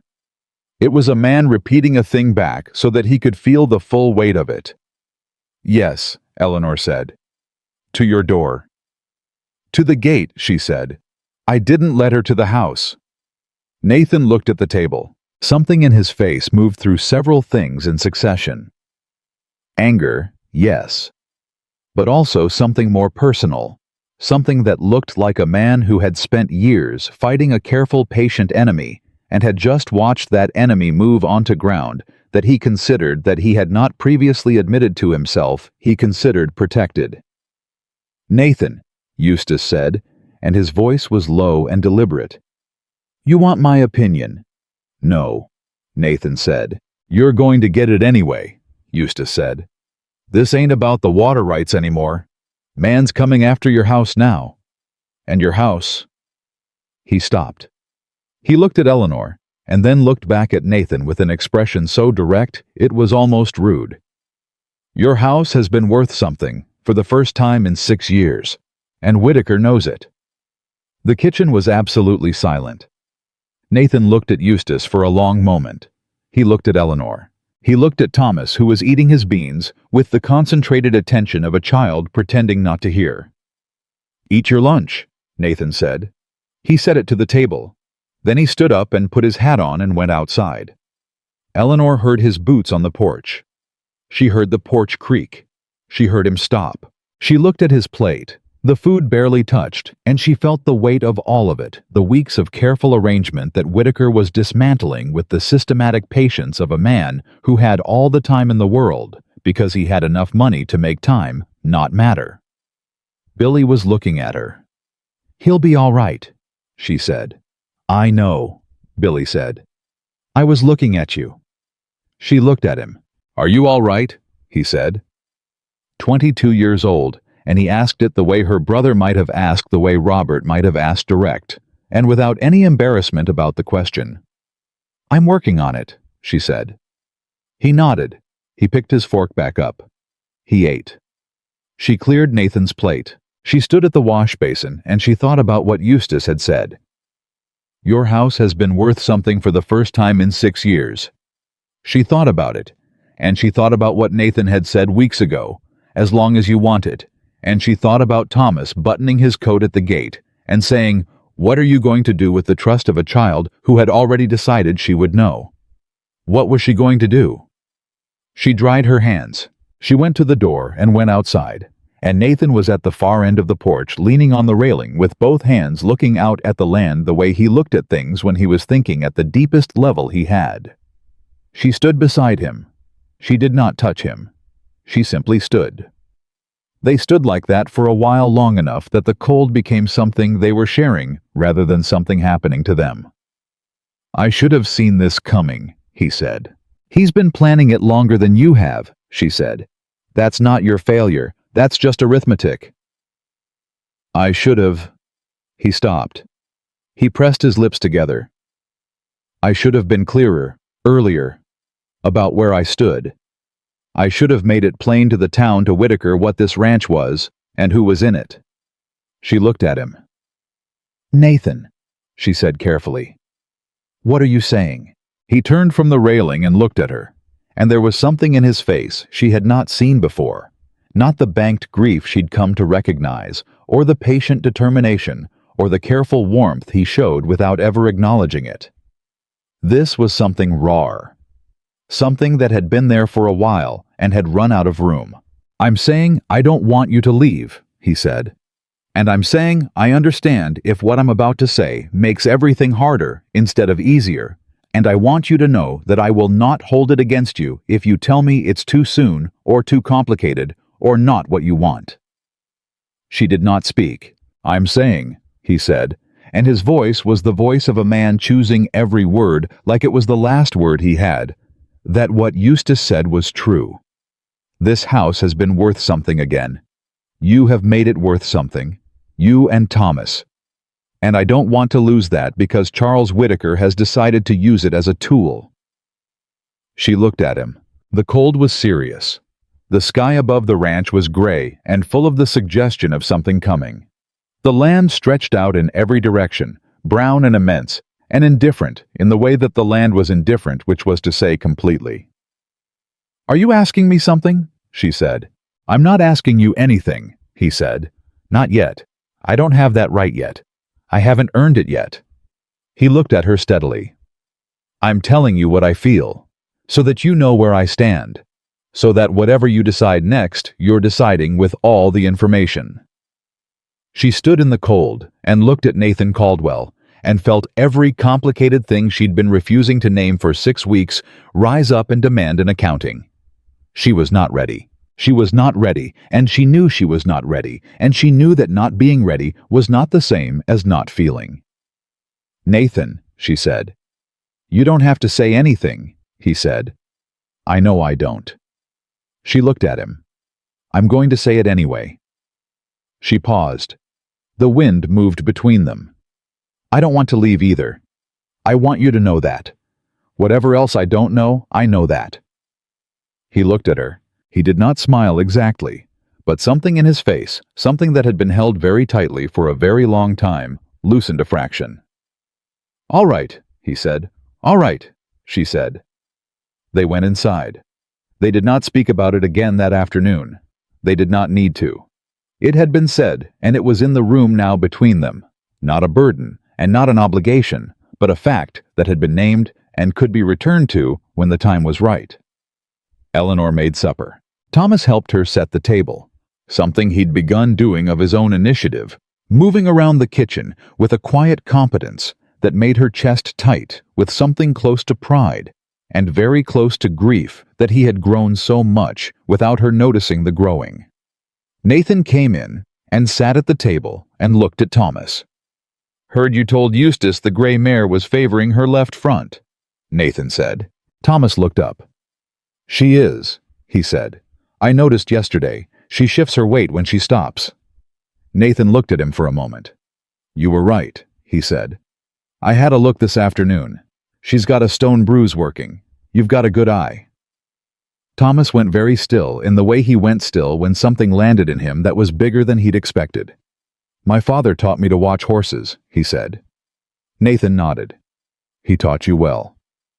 Thomas went back to his fork, but Eleanor saw his face. She had to look away. She looked at the window and the dark outside it and the faint reflection of the kitchen in the glass, the table with the men around it and Thomas among them, and herself at the stove, the whole small, fierce, ordinary world of it, and she thought, this is the thing. This is the thing that Whitaker cannot calculate. This is the thing that Gerald Platt cannot put a number on. This is the thing that Mrs. Alderman rode out here to try to dismantle, without understanding that it was already built into the bones of this place and the people in it. Then the sound came. First one knock on the front door, then two. Hard and official, the kind of knocking that said the person on the other side of it had authority real or imagined and wanted you to know it before you opened the door. Nathan stood. Eleanor turned from the stove. The men at the table went still. Nathan walked to the front door and opened it. There were two men on the porch. One of them Eleanor didn't know. The other was Gerald Platt, with his too large smile and a piece of paper in his hand that he held with the specific satisfaction of a man who has been waiting to hold it. "Nathan," Platt said, "sorry to disturb your supper." He did not sound sorry. "Platt," Nathan said. "What is this?" "Legal matter," Platt said. "I've retained counsel, given the outstanding debt owed by the Whitmore estate." He glanced past Nathan and found Eleanor with his eyes deliberately so she would know exactly what this was. "I'm filing for a lien on any wages paid to Eleanor Whitmore while in your employ, on the grounds that she benefited substantially from the debts her late husband incurred." Nathan took the paper. He did not look at it. He looked at Platt. "You understand what this means," Platt said, and the smile was entirely gone now. "Whatever you pay her, it comes to me first. And if you've been paying her these past 6 weeks..." He let the implication sit there. The hallway was very quiet. Eleanor stood in the kitchen doorway. Thomas was behind her. She could feel him there, his hand finding the back of her skirt, the way it had when he was much smaller and afraid of something. She did not move. She did not let Platt see her hands, which had gone tight. Nathan looked at the paper for a long moment. Then he folded it. He held it back out to Platt. "You'll want to take that back to your lawyer," he said. "Because in the 6 weeks Mrs. Whitmore has been on this property, I have not paid her in wages. I've paid for supplies, and I've provided room and board." He paused. "Your lien requires cash wages. Read the statute." Platt stared at him. "Furthermore," Nathan said, his voice dropping to something quiet that was somehow louder than anything he'd said so far, "you are on my property without an invitation, and you have come to my door during my supper hour to threaten a woman who has buried her husband and traveled alone across this territory with a sick child to find honest work. And I want you to listen to what I'm going to tell you, Gerald." Platt was listening. "If you file that lien," Nathan said, "I will have Beaumont in court within the week, and I will make it very clear in open court exactly what this lien is and who told you to file it and why. And Charles Whitaker's name will be in the record and in the newspaper and in every conversation this county has for the next 6 months." He stepped back. "Good night, Gerald," he said. He closed the door. He turned around. Eleanor stood in the kitchen doorway with Thomas behind her, and the entire house was perfectly, completely still. Nathan looked at her.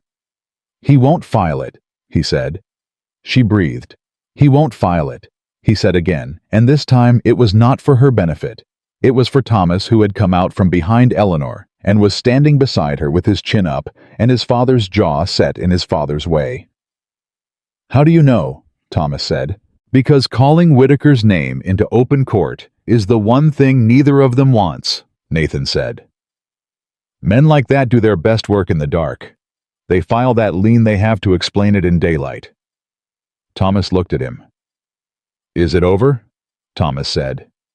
Nathan looked at Eleanor. Eleanor looked at Nathan. They both knew it wasn't over. It was nowhere near over. Whitaker was still out there, and the water rights were still in court, and the north pasture was still dry, and the town was still talking. But this part of the night was over, and the door was closed, and the kitchen was warm, and the supper was getting cold. Go sit down, Nathan said to Thomas. Food's getting cold. Thomas looked between them one more time. Then he went and sat down. Nathan came back to the table. Eleanor went back to the stove. She filled his plate. She set it in front of him. He looked at it. He looked at her. Thank you, he said. She did not answer. She went back to the stove. She stood there with her back to the room, and she breathed once deeply, and felt the anger and the fear and the exhaustion, and something else move through her, like weather moves through a valley, arriving without warning, spending itself, leaving the air cleaner than before. She picked up the ladle. She served the rest of the table. Outside, the sky finally opened. The rain that had been threatening for 3 weeks came down on the ranch roof. Like an argument, settled heavy and real and relentless. The sound of it filling every room of the house, every silence, every space between people that had been too wide and was now in the way of rain, made smaller by the common shelter of it. Thomas looked at the ceiling and said, It's raining. It is, Eustace said. Does that mean the north pasture is okay? Eustace looked at Nathan. Nathan looked at the ceiling. Ask me in a week, he said. Thomas accepted this with the pragmatic equanimity of a child who has learned that some answers came only in time, and went back to his supper. The rain came down. The fire in the stove spoke quietly to itself. Eleanor stood at the stove with the ladle in her hand and listened to the rain on the roof of the kitchen that was hers, now that she had scrubbed and restocked and fed people from, and stood in at 4 a.m, waiting for the coffee to tell her what kind of day was coming. And she thought, not for the first time, but for the first time without fear in it, that she was exactly where she was supposed to be, and that Charles Whitaker, for all his patience and his planning and his careful surrounding walls, had made one very serious error. He had moved against the wrong woman, and before this was over, she would make sure he knew it. The rain lasted 4 days. Not the gentle, apologetic rain of a season that wasn't sure of itself, but a serious, committed rain that meant what it said and kept saying it from Sunday through Wednesday without letting up long enough for anyone to pretend it was finished. The creek to the north rose. The pastures softened. The cattle stood in it with the philosophical acceptance of animals that had survived enough winters to understand that weather was not personal. On the 5th morning, Nathan rode out to the North Fork before breakfast. He came back with mud on his boots and something in his face that Eleanor had not seen since the night Platt appeared at the door. Something that was the opposite of that night. Something lighter and more careful. Like a man handling good news, the way he'd learned to handle bad, which was to say, without trusting it completely yet. He came into the kitchen. He sat down. She set coffee in front of him without being asked. North Fork's running, he said. She sat across from him. Running well. Running like it forgot it was ever low. He wrapped his hands around the cup. Beaumont's injunction is still in place. Whitaker can't touch the diversion without the courts say so. And right now, with the creek at this level, there's no argument that drought conditions exist. Which means his leverage is gone, she said. For now, he said. For now it is. She looked at him. You don't believe it's over. Men like Whitaker don't stop, he said. They pause. They reassess. They find a different wall to lean on. He drank his coffee. But a pause is something. A pause gives you time to build. She thought about that, about building, about what that meant and what it required and what it assumed. Thomas appeared in the doorway, boots already on, coat buttoned correctly, for once his hair doing its usual independent thinking. He looked at Nathan's face, the way he had learned to look at Nathan's face, reading it the way he read the horses, not for what was on the surface, but for what was underneath. "Good news," Thomas said. "Fair news," Nathan said. "Fair is better than bad," Thomas said with the philosophical precision of someone who has had enough bad news to know the difference. "It is," Nathan agreed. Thomas went to the table and sat down, and Eleanor set his breakfast in front of him, and for a few minutes the kitchen was just the kitchen full of the ordinary morning business of people who lived together, and Eleanor stood at the stove and let herself feel the ordinariness of it. Let herself feel how much she had come to want exactly this. That was the morning everything shifted, though she didn't know it yet. The shift announced itself through Eustace, which was how most things of importance arrived on the Caldwell Ranch. Eustace was 61 years old, and he had worked cattle for 40 of those years. And he had the particular quality of old hands who had lived long enough to see the same stories repeat and knew therefore how they ended. He appeared at the kitchen door mid-morning while Eleanor was making bread, and he stood there with his hat in his hand, with the expression of a man about to say something he had been deciding whether to say for some time. "Mrs. Whitmore," he said. "Eustace." She did not stop working the dough. "Sit down, or say it standing, but say it." He stayed standing. "There's talk in the bunkhouse," he said.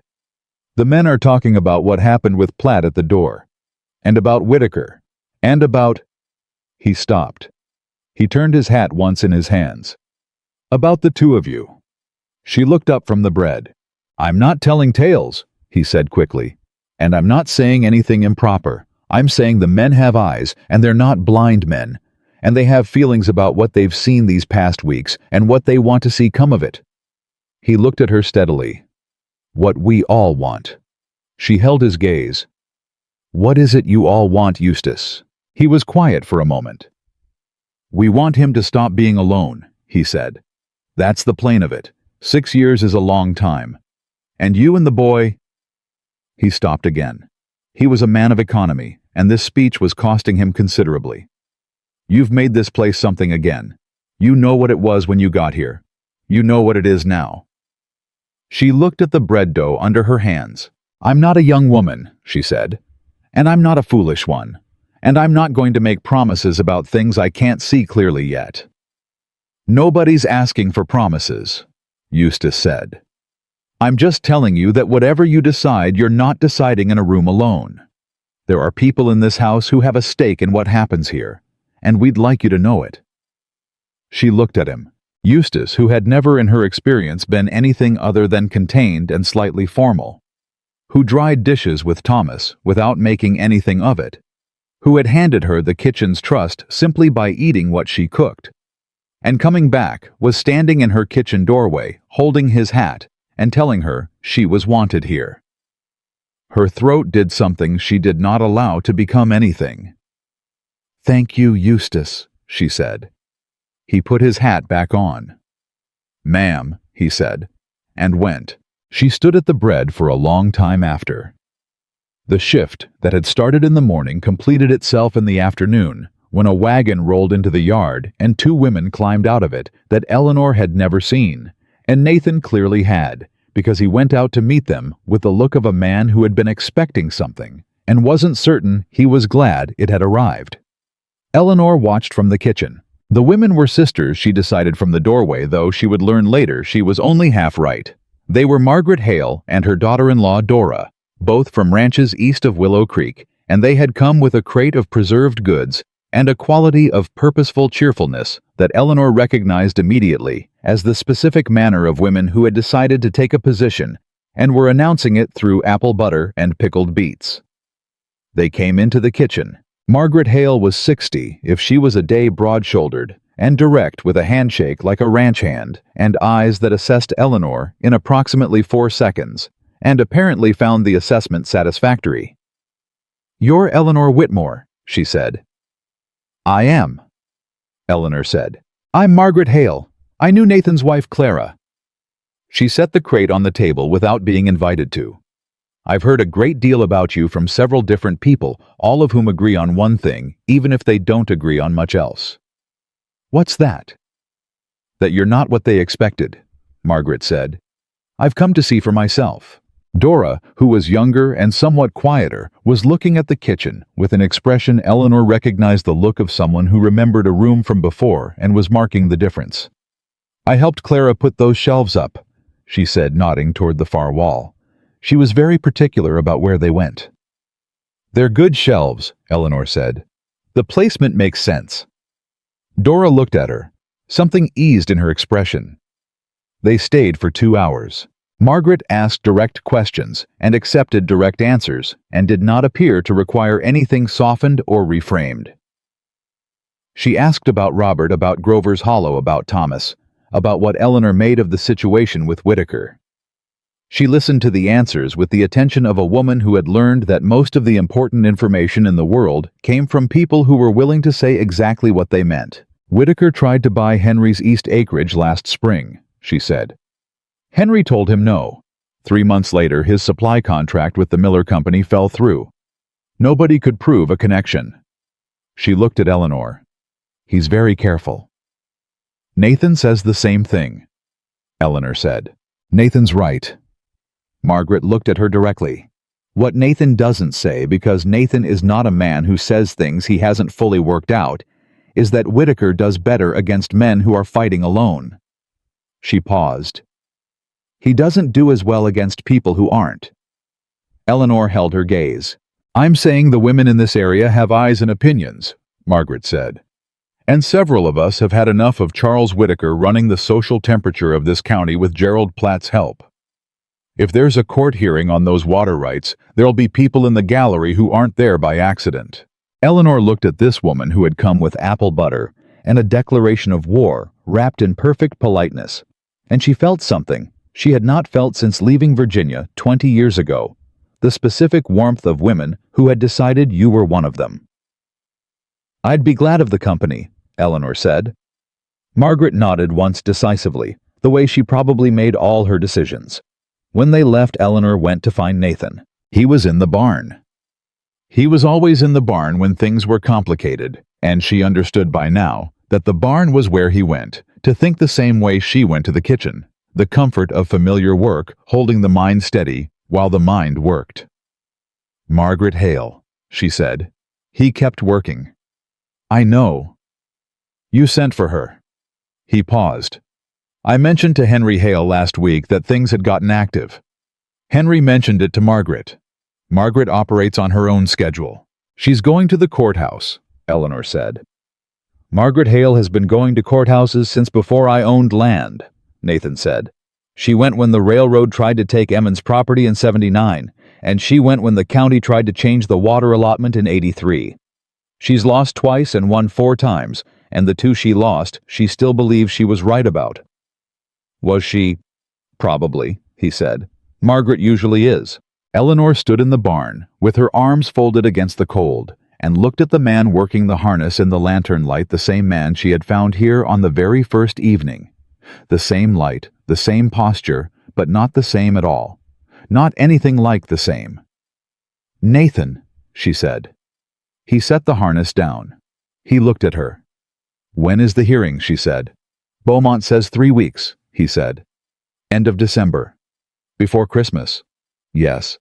She nodded. She turned to go. "Eleanor." She stopped. "When this is done," he said. "When the hearing is done, and Whitaker is handled, and everything is settled." He paused. "I'd like to talk to you about what comes next, about what you want." She stood with her back to him. She heard what he was not saying, which was the same thing she had not been saying for weeks, the thing that lived between them in the mornings over coffee and in the evenings after supper, and in every moment she had told herself was too soon and too complicated. "All right," she said. "All right," he said. She went back to the kitchen. She made supper. She did not sleep well. The next 2 weeks moved like the weeks before a storm that you could see building on the horizon and could not stop and could only prepare for.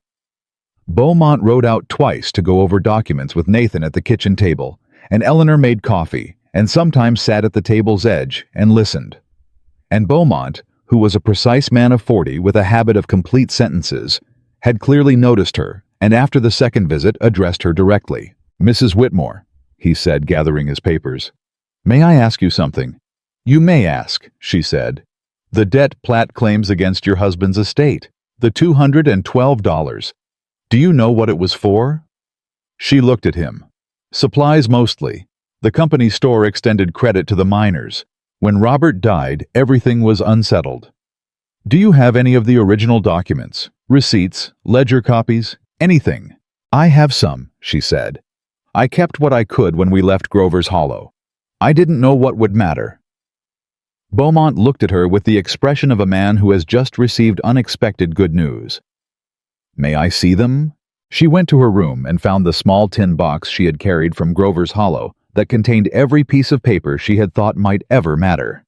She brought it to the kitchen table and opened it, and she and Beaumont went through it piece by piece, while Nathan sat across from them and drank his coffee and watched. What they found in the second half of the box under a letter from Robert's sister was a receipt. A receipt from Platt's store dated 18 months before Robert died, showing a payment of $180 against the outstanding account. A payment that Platt had never recorded as a debt reduction. A payment that, if Platt's current claim was for $212, meant the actual outstanding balance was something considerably less than that. The kitchen went very quiet. Eleanor looked at the receipt. She looked at Beaumont. Beaumont looked at the receipt with the expression of a man who has been given a chess piece he hadn't expected. "This," he said, "is interesting." "How interesting?" Nathan said. "Interesting enough that if Platt files that lien and we present this in court, we're not arguing about whether the debt is Eleanor's responsibility." He looked up. "We're arguing about whether Platt knows the real number, which, given that the payment was made directly to his store with a signed receipt, he almost certainly does." He paused. "Which moves this from a debt dispute to something with a different name." "Fraud," Eleanor said.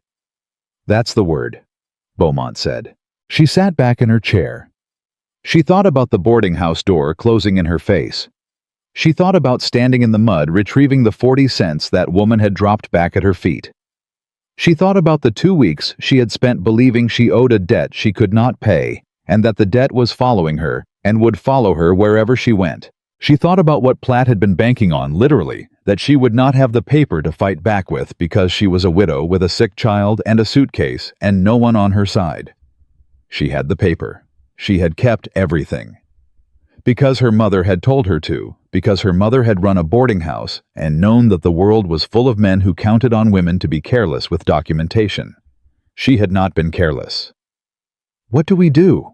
she said. "We wait," Beaumont said. "If Platt files, we respond. If he doesn't." He looked at Nathan. "I'll send him a letter, informally, letting him know we've done a complete review of the Whitmore debt history and have some questions about certain transactions." Nathan looked at the receipt. He looked at Eleanor. "He won't file," Nathan said. "No," Beaumont said.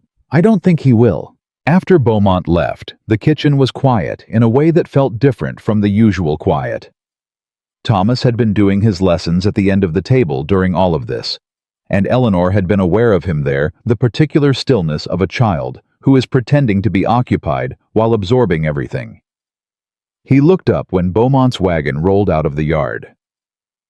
"You had the receipt," he said. "I did," Eleanor said. "You knew you had it." "I didn't know it mattered," she said. "I kept it because I keep everything." Thomas thought about this. "Papa always said you were the one who kept track," he said. "He said you were the one who remembered where everything was and what everything cost." She looked at her son.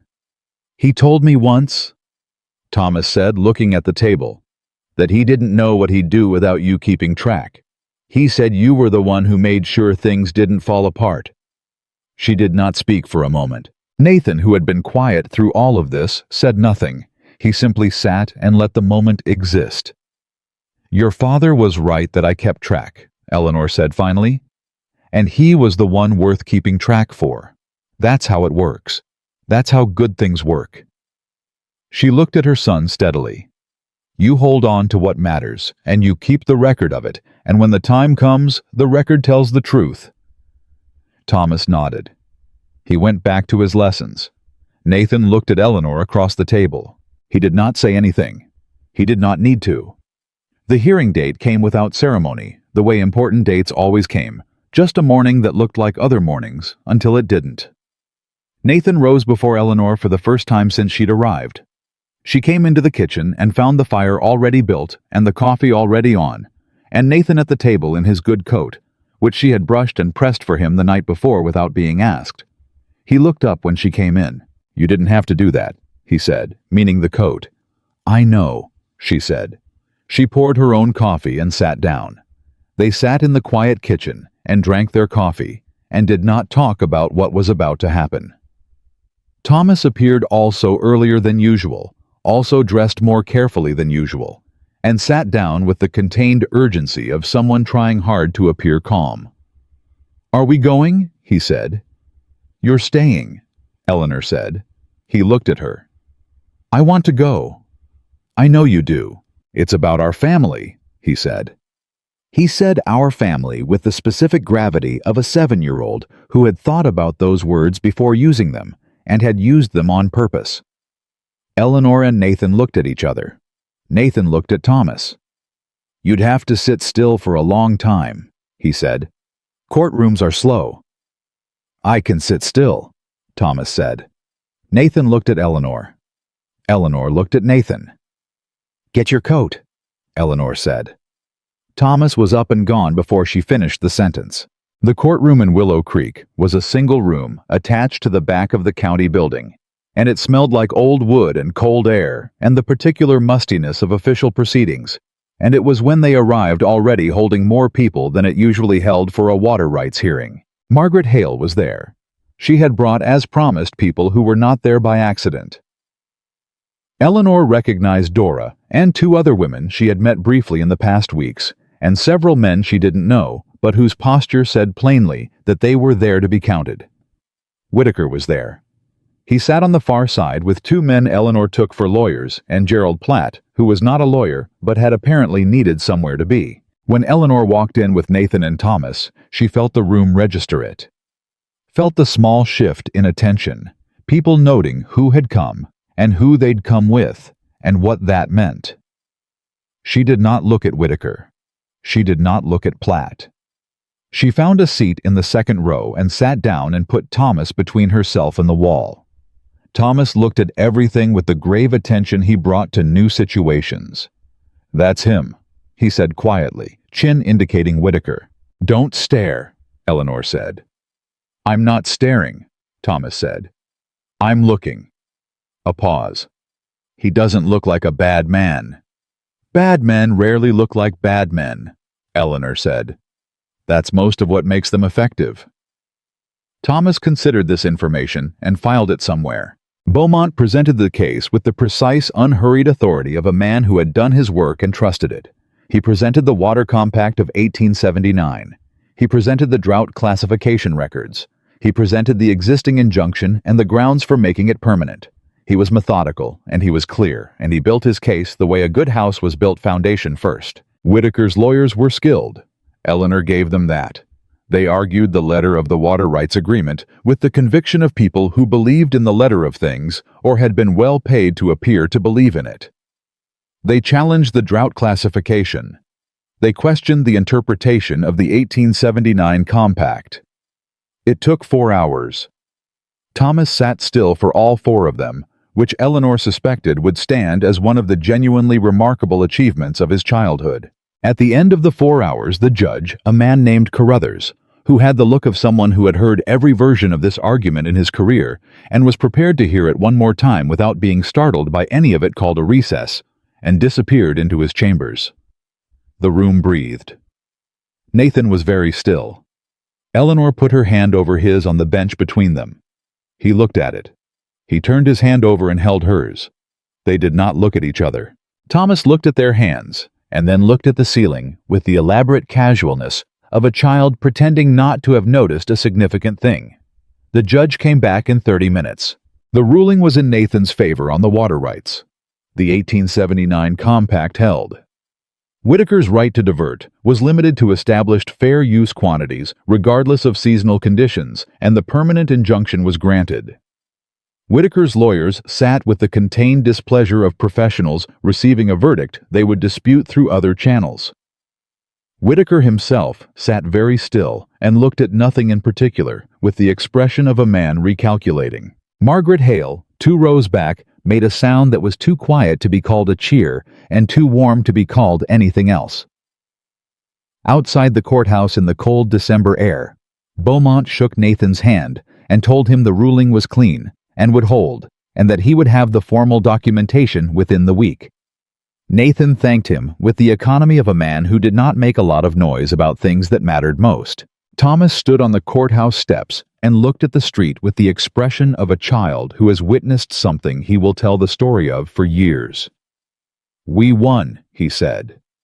"The court found in our favor," Nathan said. Thomas looked at him. "That's the same thing."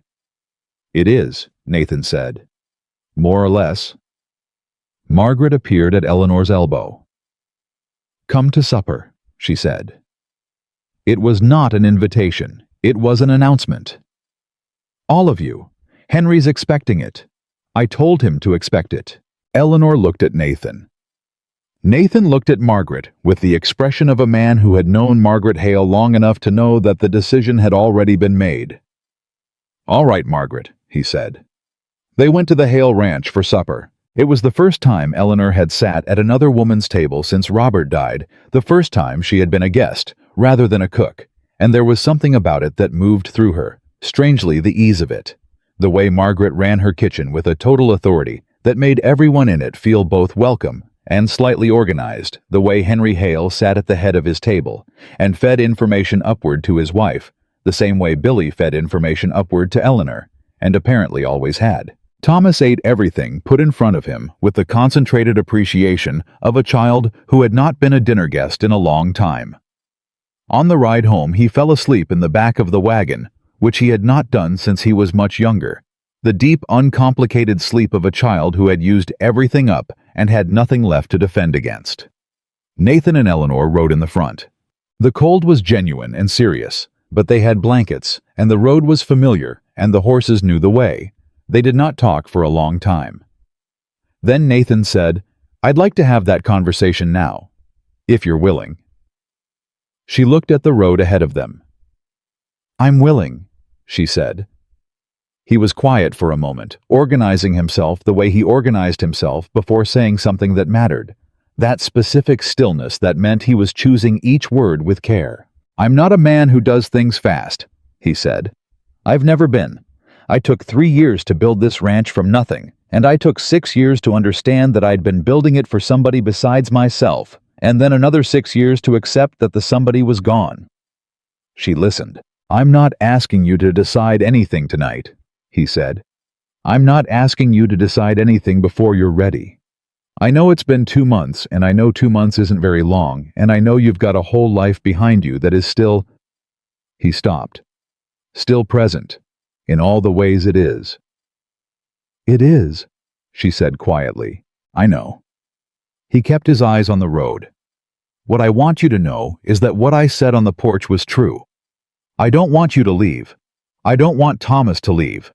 And I want you to know that whatever you decide, it won't change your position here. You have a job and a home here as long as you want one. That doesn't depend on anything else." She felt the cold on her face and the warmth of the blanket over her knees and the sleeping weight of her son behind her. She said, "Nathan."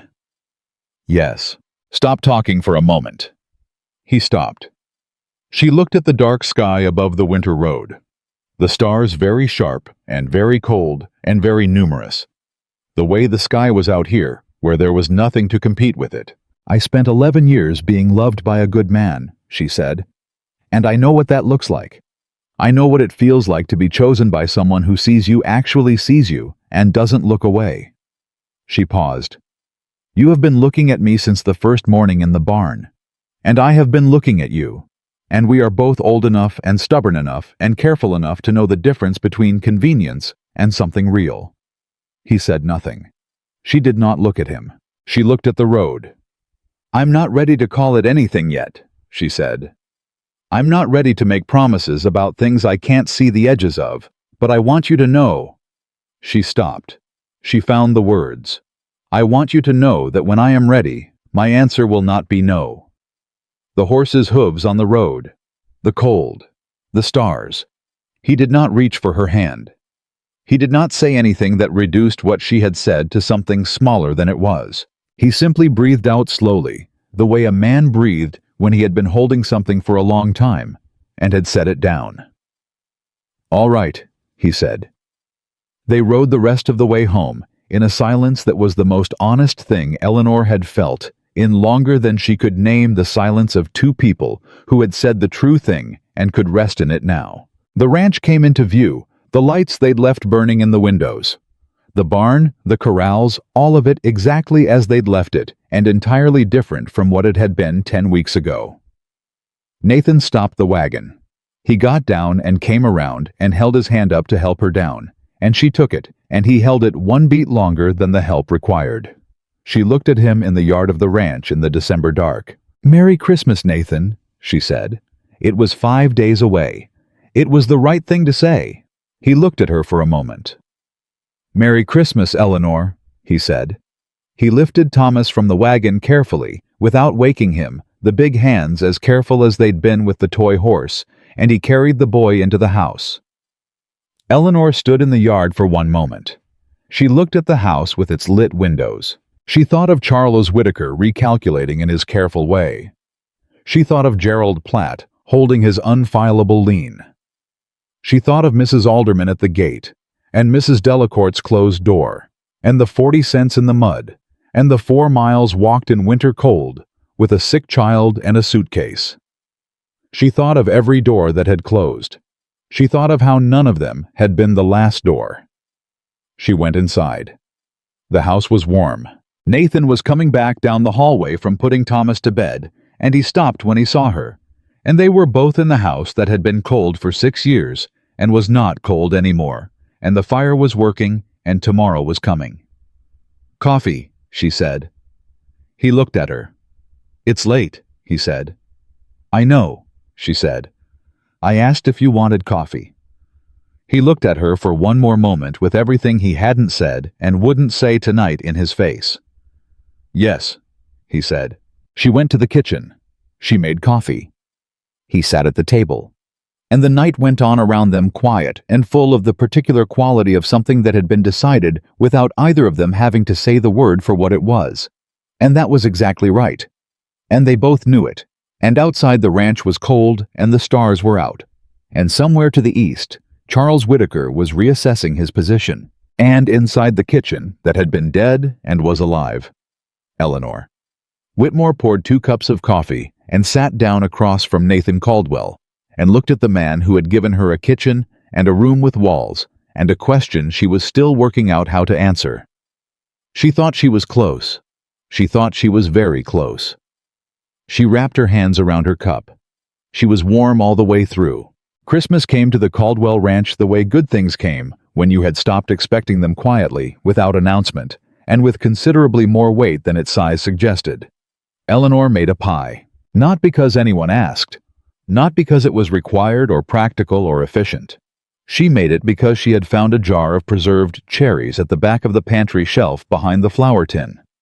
A jar with Clara's handwriting on the label, in the careful script of a woman who had labeled things because she intended to use them and had not had time to, and Eleanor had held that jar for a long moment, and then made a pie with it, because it seemed like the right thing to do with something that had been kept and was still good. Nathan came into the kitchen while she was rolling the crust and stopped when he saw what she was doing.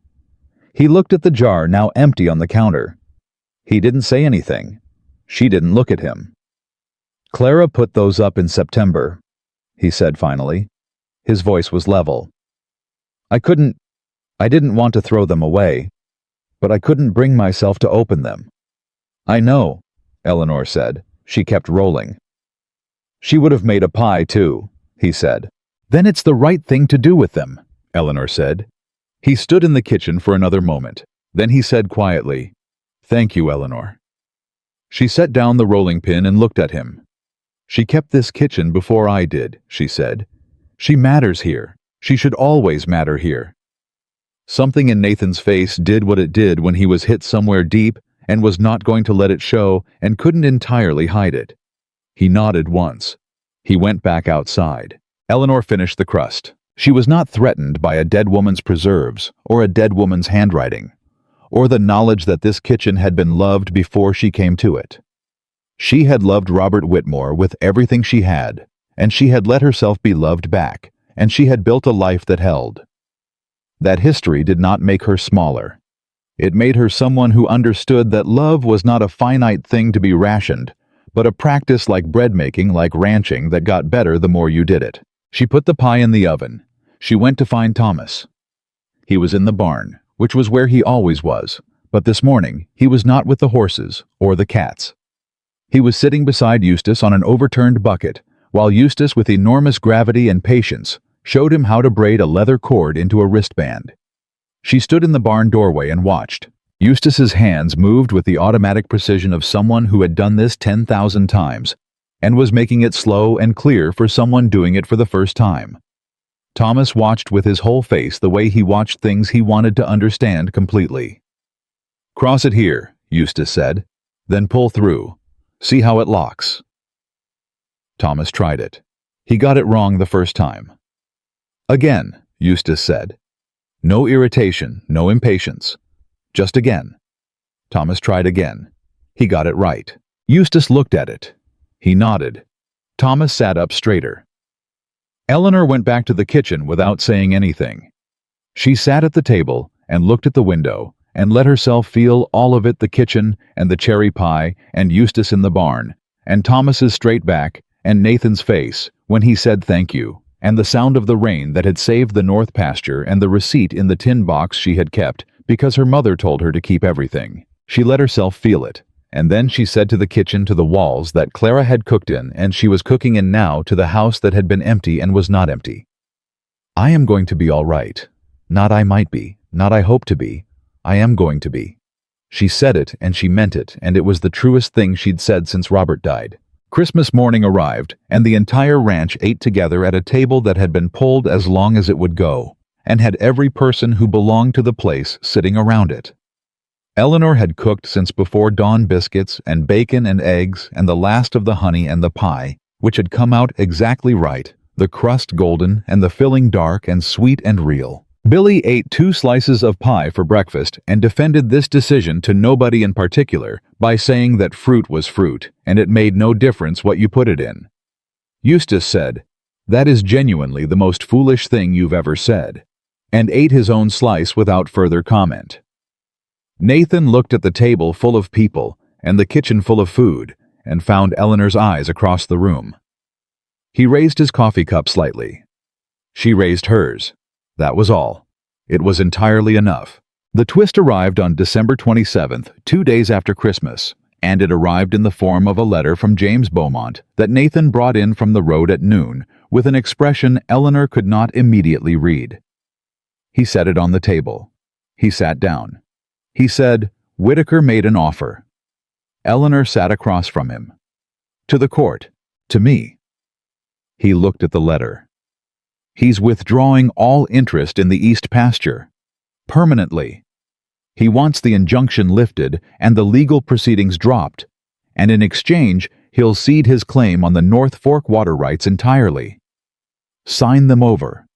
Not just limit them. Transfer them." Eleanor stared at him. "That's everything you wanted," she said. "That's more than I wanted," he said. "I wanted the court to limit him. I didn't expect him to give up the rights entirely. Why would he?" Nathan was quiet. She looked at him. She looked at the letter. She thought about Charles Whitaker and his careful surrounding walls, and his civic involvement, and his seat on the town council, and his studied respectability. "Beaumont," she said. "Did Beaumont do something?" "Beaumont sent a letter to Platt," Nathan said. 2 weeks ago. About the receipt. About the discrepancy in the debt records. Informally. As he said he would." She went still. "Platt and Whitaker have been doing business together for 6 years, Nathan said. Beaumont's letter to Platt about a debt discrepancy that might require court examination would have been on Whitaker's desk within 24 hours. "And Whitaker decided," Eleanor said slowly, that having a fraud examination in the same county where he sits on the town council and controls supply contracts and has civic reputation was not worth a pasture he was never going to get anyway, Nathan finished. The kitchen was very quiet. "The receipt," Eleanor said. "The receipt I kept because my mother told me to keep everything." "Yes," Nathan said. She looked at the table. She thought about the woman who had dropped 40 cents in the mud. She thought about Gerald Platt with his lean and his lawyer and his too large smile. She thought about what it had cost her, not just money, but the weight of believing she was a debt someone was owed rather than a person who was owed dignity. She had been right all along. Robert had paid. She had the paper that said so. And every person who had used that false debt to close a door in her face had been using something they knew or should have known was a lie. She breathed. She breathed again. "Accept it," she said. Nathan looked at her. "Accept the offer," she said. "Take the water rights, lift the injunction, end it. You have what matters, and Whitaker has learned what it costs to move against this ranch." She looked at him steadily. "And then it's over." "Eleanor." "I don't need him punished," she said. "I need Thomas to grow up somewhere that's settled. I need the north pasture to water the cattle. I need this ranch to be done with lawyers and courthouse rooms and men who want what isn't theirs." She met his eyes. "Accept it." Nathan looked at her for a long time. "All right," he said. He wrote to Beaumont that afternoon. Within the week, the papers were signed and the water rights were transferred, and Charles Whitaker retreated from the Caldwell Ranch's horizon as efficiently and quietly as he had approached it, which Eleanor supposed was the only grace in the kind of man he was, that he was too careful to persist past the point of useful return. Platt was a different matter. Platt came to the ranch himself on a Thursday morning in January, and he came alone without lawyers and without the false smile. And he stood at the kitchen door, not the front door, which told her something had changed, and when Eleanor opened it, he held his hat in both hands and looked at a point somewhere between her eyes and the floor. "Mrs. Whitmore," he said. "Mr. Platt," she said. He was quiet for a moment. He was a man who had always had words and was apparently temporarily out of them. "The debt," he said. "Robert Whitmore's account. I want you to know that upon review of our records," he stopped. "The payment in September of '85 was not properly credited. The error was," he stopped again. "The balance outstanding is $32, not $212. She looked at him. "I'll be sending a corrected statement," he said. "And the $32 is given the circumstances of the account, and the... He pulled in a breath. "There will be no further claim. The account is closed." She held the door and looked at Gerald Platt, who was not a good man and had done her genuine harm, and was standing on her step in January with his hat in his hands, knowing she had the paper that could ruin him and had chosen not to use it. She thought about what that choice was worth. She thought about what kind of woman she wanted Thomas to see her be. "Thank you for coming yourself," she said. He looked up. "I appreciate that you came yourself," she said. "Good morning, Mr. Platt." She closed the door. She stood in the kitchen and breathed. Not forgiveness exactly. She was not that far along. But a door closed cleanly, which was different from a door slammed, and she was a woman who understood the difference and chose clean. Thomas appeared from the hallway. Was that Platt? It was. What did he want? "He came to correct a mistake," she said. Thomas looked at the closed door. He looked at his mother. "Are you okay?" She went to him and put her hand on his face, his father's face in miniature, the jaw and the eyes, and the stubbornness of a man she had loved fully and would love always. "I'm better than okay," she said. He leaned into her hand for one moment, the way he had when he was very small before the mining town, and the shaft, and the suitcase, and the 40 cents. Then he straightened up. "Eustace is going to show me how to shoe a horse today," he said. "Go," she said. He went. February came. The north pasture held its water from the rains, and the transferred rights, and the permanent injunction, and Nathan moved the 60 head back north, and the south pasture breathed, and the cattle came through winter without the losses he'd feared. Beaumont sent a final accounting that was considerably less than Nathan had dreaded. Billy got a letter from the girl in the last town who had smiled at him twice and went around for a week with the expression of someone carrying good news they couldn't quite believe yet. Eustace said nothing about any of this, but was observed to be slightly less dry in his manner toward Billy for approximately 10 days before returning to his baseline, which was its own form of warmth. On a Saturday in late February, Nathan found Eleanor at the kitchen table with the tin box open in front of her. She was not going through papers. She was simply sitting with the box open, looking at the receipt, the one with Robert's payment on it, the one she had kept and not known it would matter. He sat across from her. "You're thinking about him," he said, not a question. "I'm thinking about him," she said. He let her.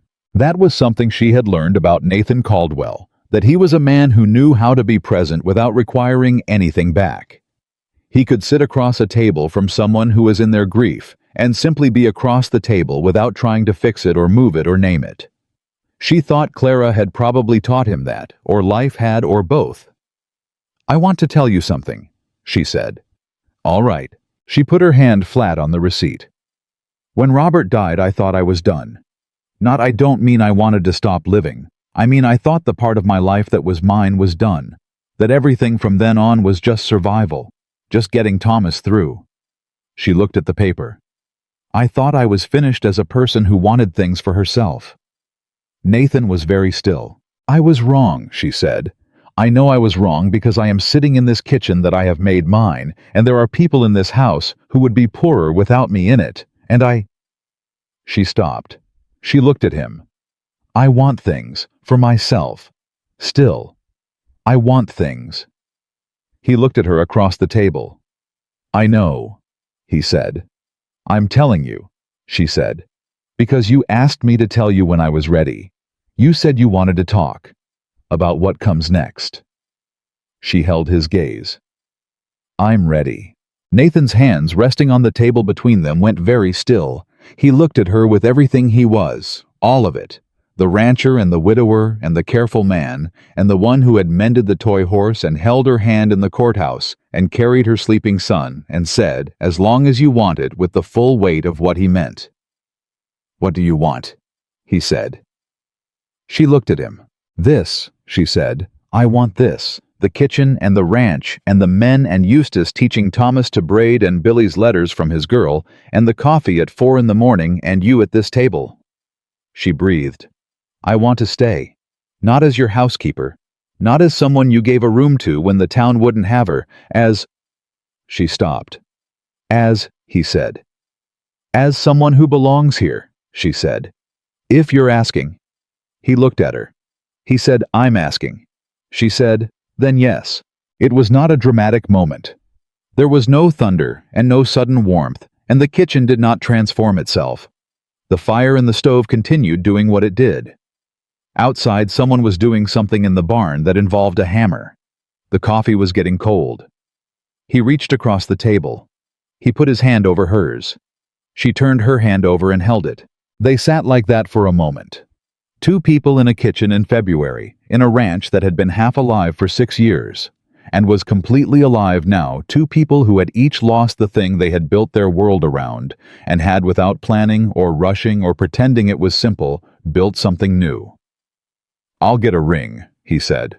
"When you're ready." "I'm not in a hurry," she said. "Neither am I," he said. "But I'll get one." She smiled.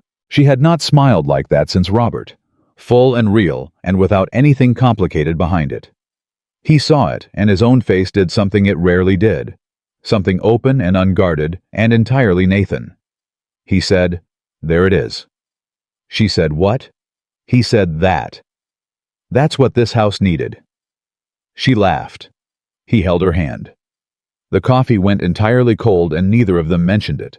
Thomas came in from the barn at noon with leather oil on his hands and Eustace's instruction on the correct way to care for a bridle freshly memorized and absolutely no awareness that anything significant had happened in the kitchen since breakfast.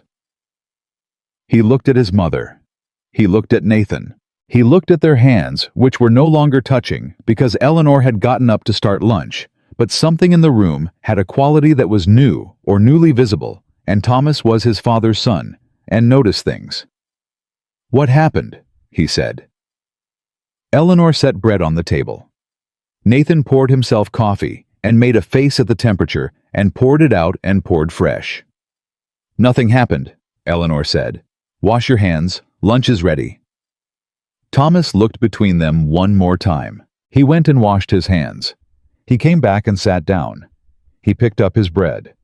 He said without looking at either of them to the bread, "Are we staying?" The kitchen was very quiet. Eleanor looked at Nathan. Nathan looked at Thomas.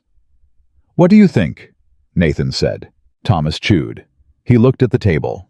He thought about it with the seriousness he brought to real questions, which was the same seriousness his father had brought to them, the complete refusal to give an answer before the thinking was done. Then he looked up. "I think the cats would miss me," he said. Nathan said, "The cats would miss you. And the gray mare needs someone watching her left front." "She does," Nathan said. Thomas nodded. "Then we should stay," he said, like it was decided. Like it had been decided for some time and everyone was simply catching up. Eleanor stood at the stove with her back to the room and felt something she had no word for. Something that was too large for grief and too old for joy and too complete for hope, because it did not need hope. It was already real. It was already here.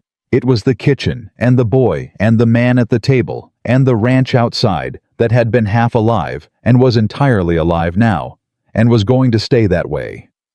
She served lunch. She sat down with them. Outside, the February sky was the particular pale blue of a season that was not over, but had agreed to be reasonable, and the north pasture was watered, and the cattle were settled, and Billy was somewhere reading his letter for the 5th time, and Eustace was doing something useful, because Eustace was always doing something useful. And at the kitchen table of the Caldwell Ranch, a woman who had arrived with a worn suitcase and 40 cents and a sick child, and the knowledge that she could keep a kitchen alive, sat between the man who had given her a room with walls and the boy who was the best thing she had ever done. She picked up her coffee. It was warm. Everything was warm. She had walked 4 miles in winter to find this table, and she had found it, and she was not leaving it. Not for Gerald Platt's lies or Charles Whitaker's walls, or any closed door, or dropped coin, or whispered word in any town. She had kept every receipt. She had kept every proof. She had kept herself. And that, in the end, was what had saved them all. Not a rescue, not a miracle, not a man on a horse arriving at the last moment, but a woman who refused to disappear, who kept her records and her dignity, and her son close, and her coffee hot, and her kitchen alive, and who understood in her bones, in the way women understood things, they had earned the right to understand that a home was not a place that was given to you. It was a place you built. She had built this one. It was hers, and she was never going anywhere again.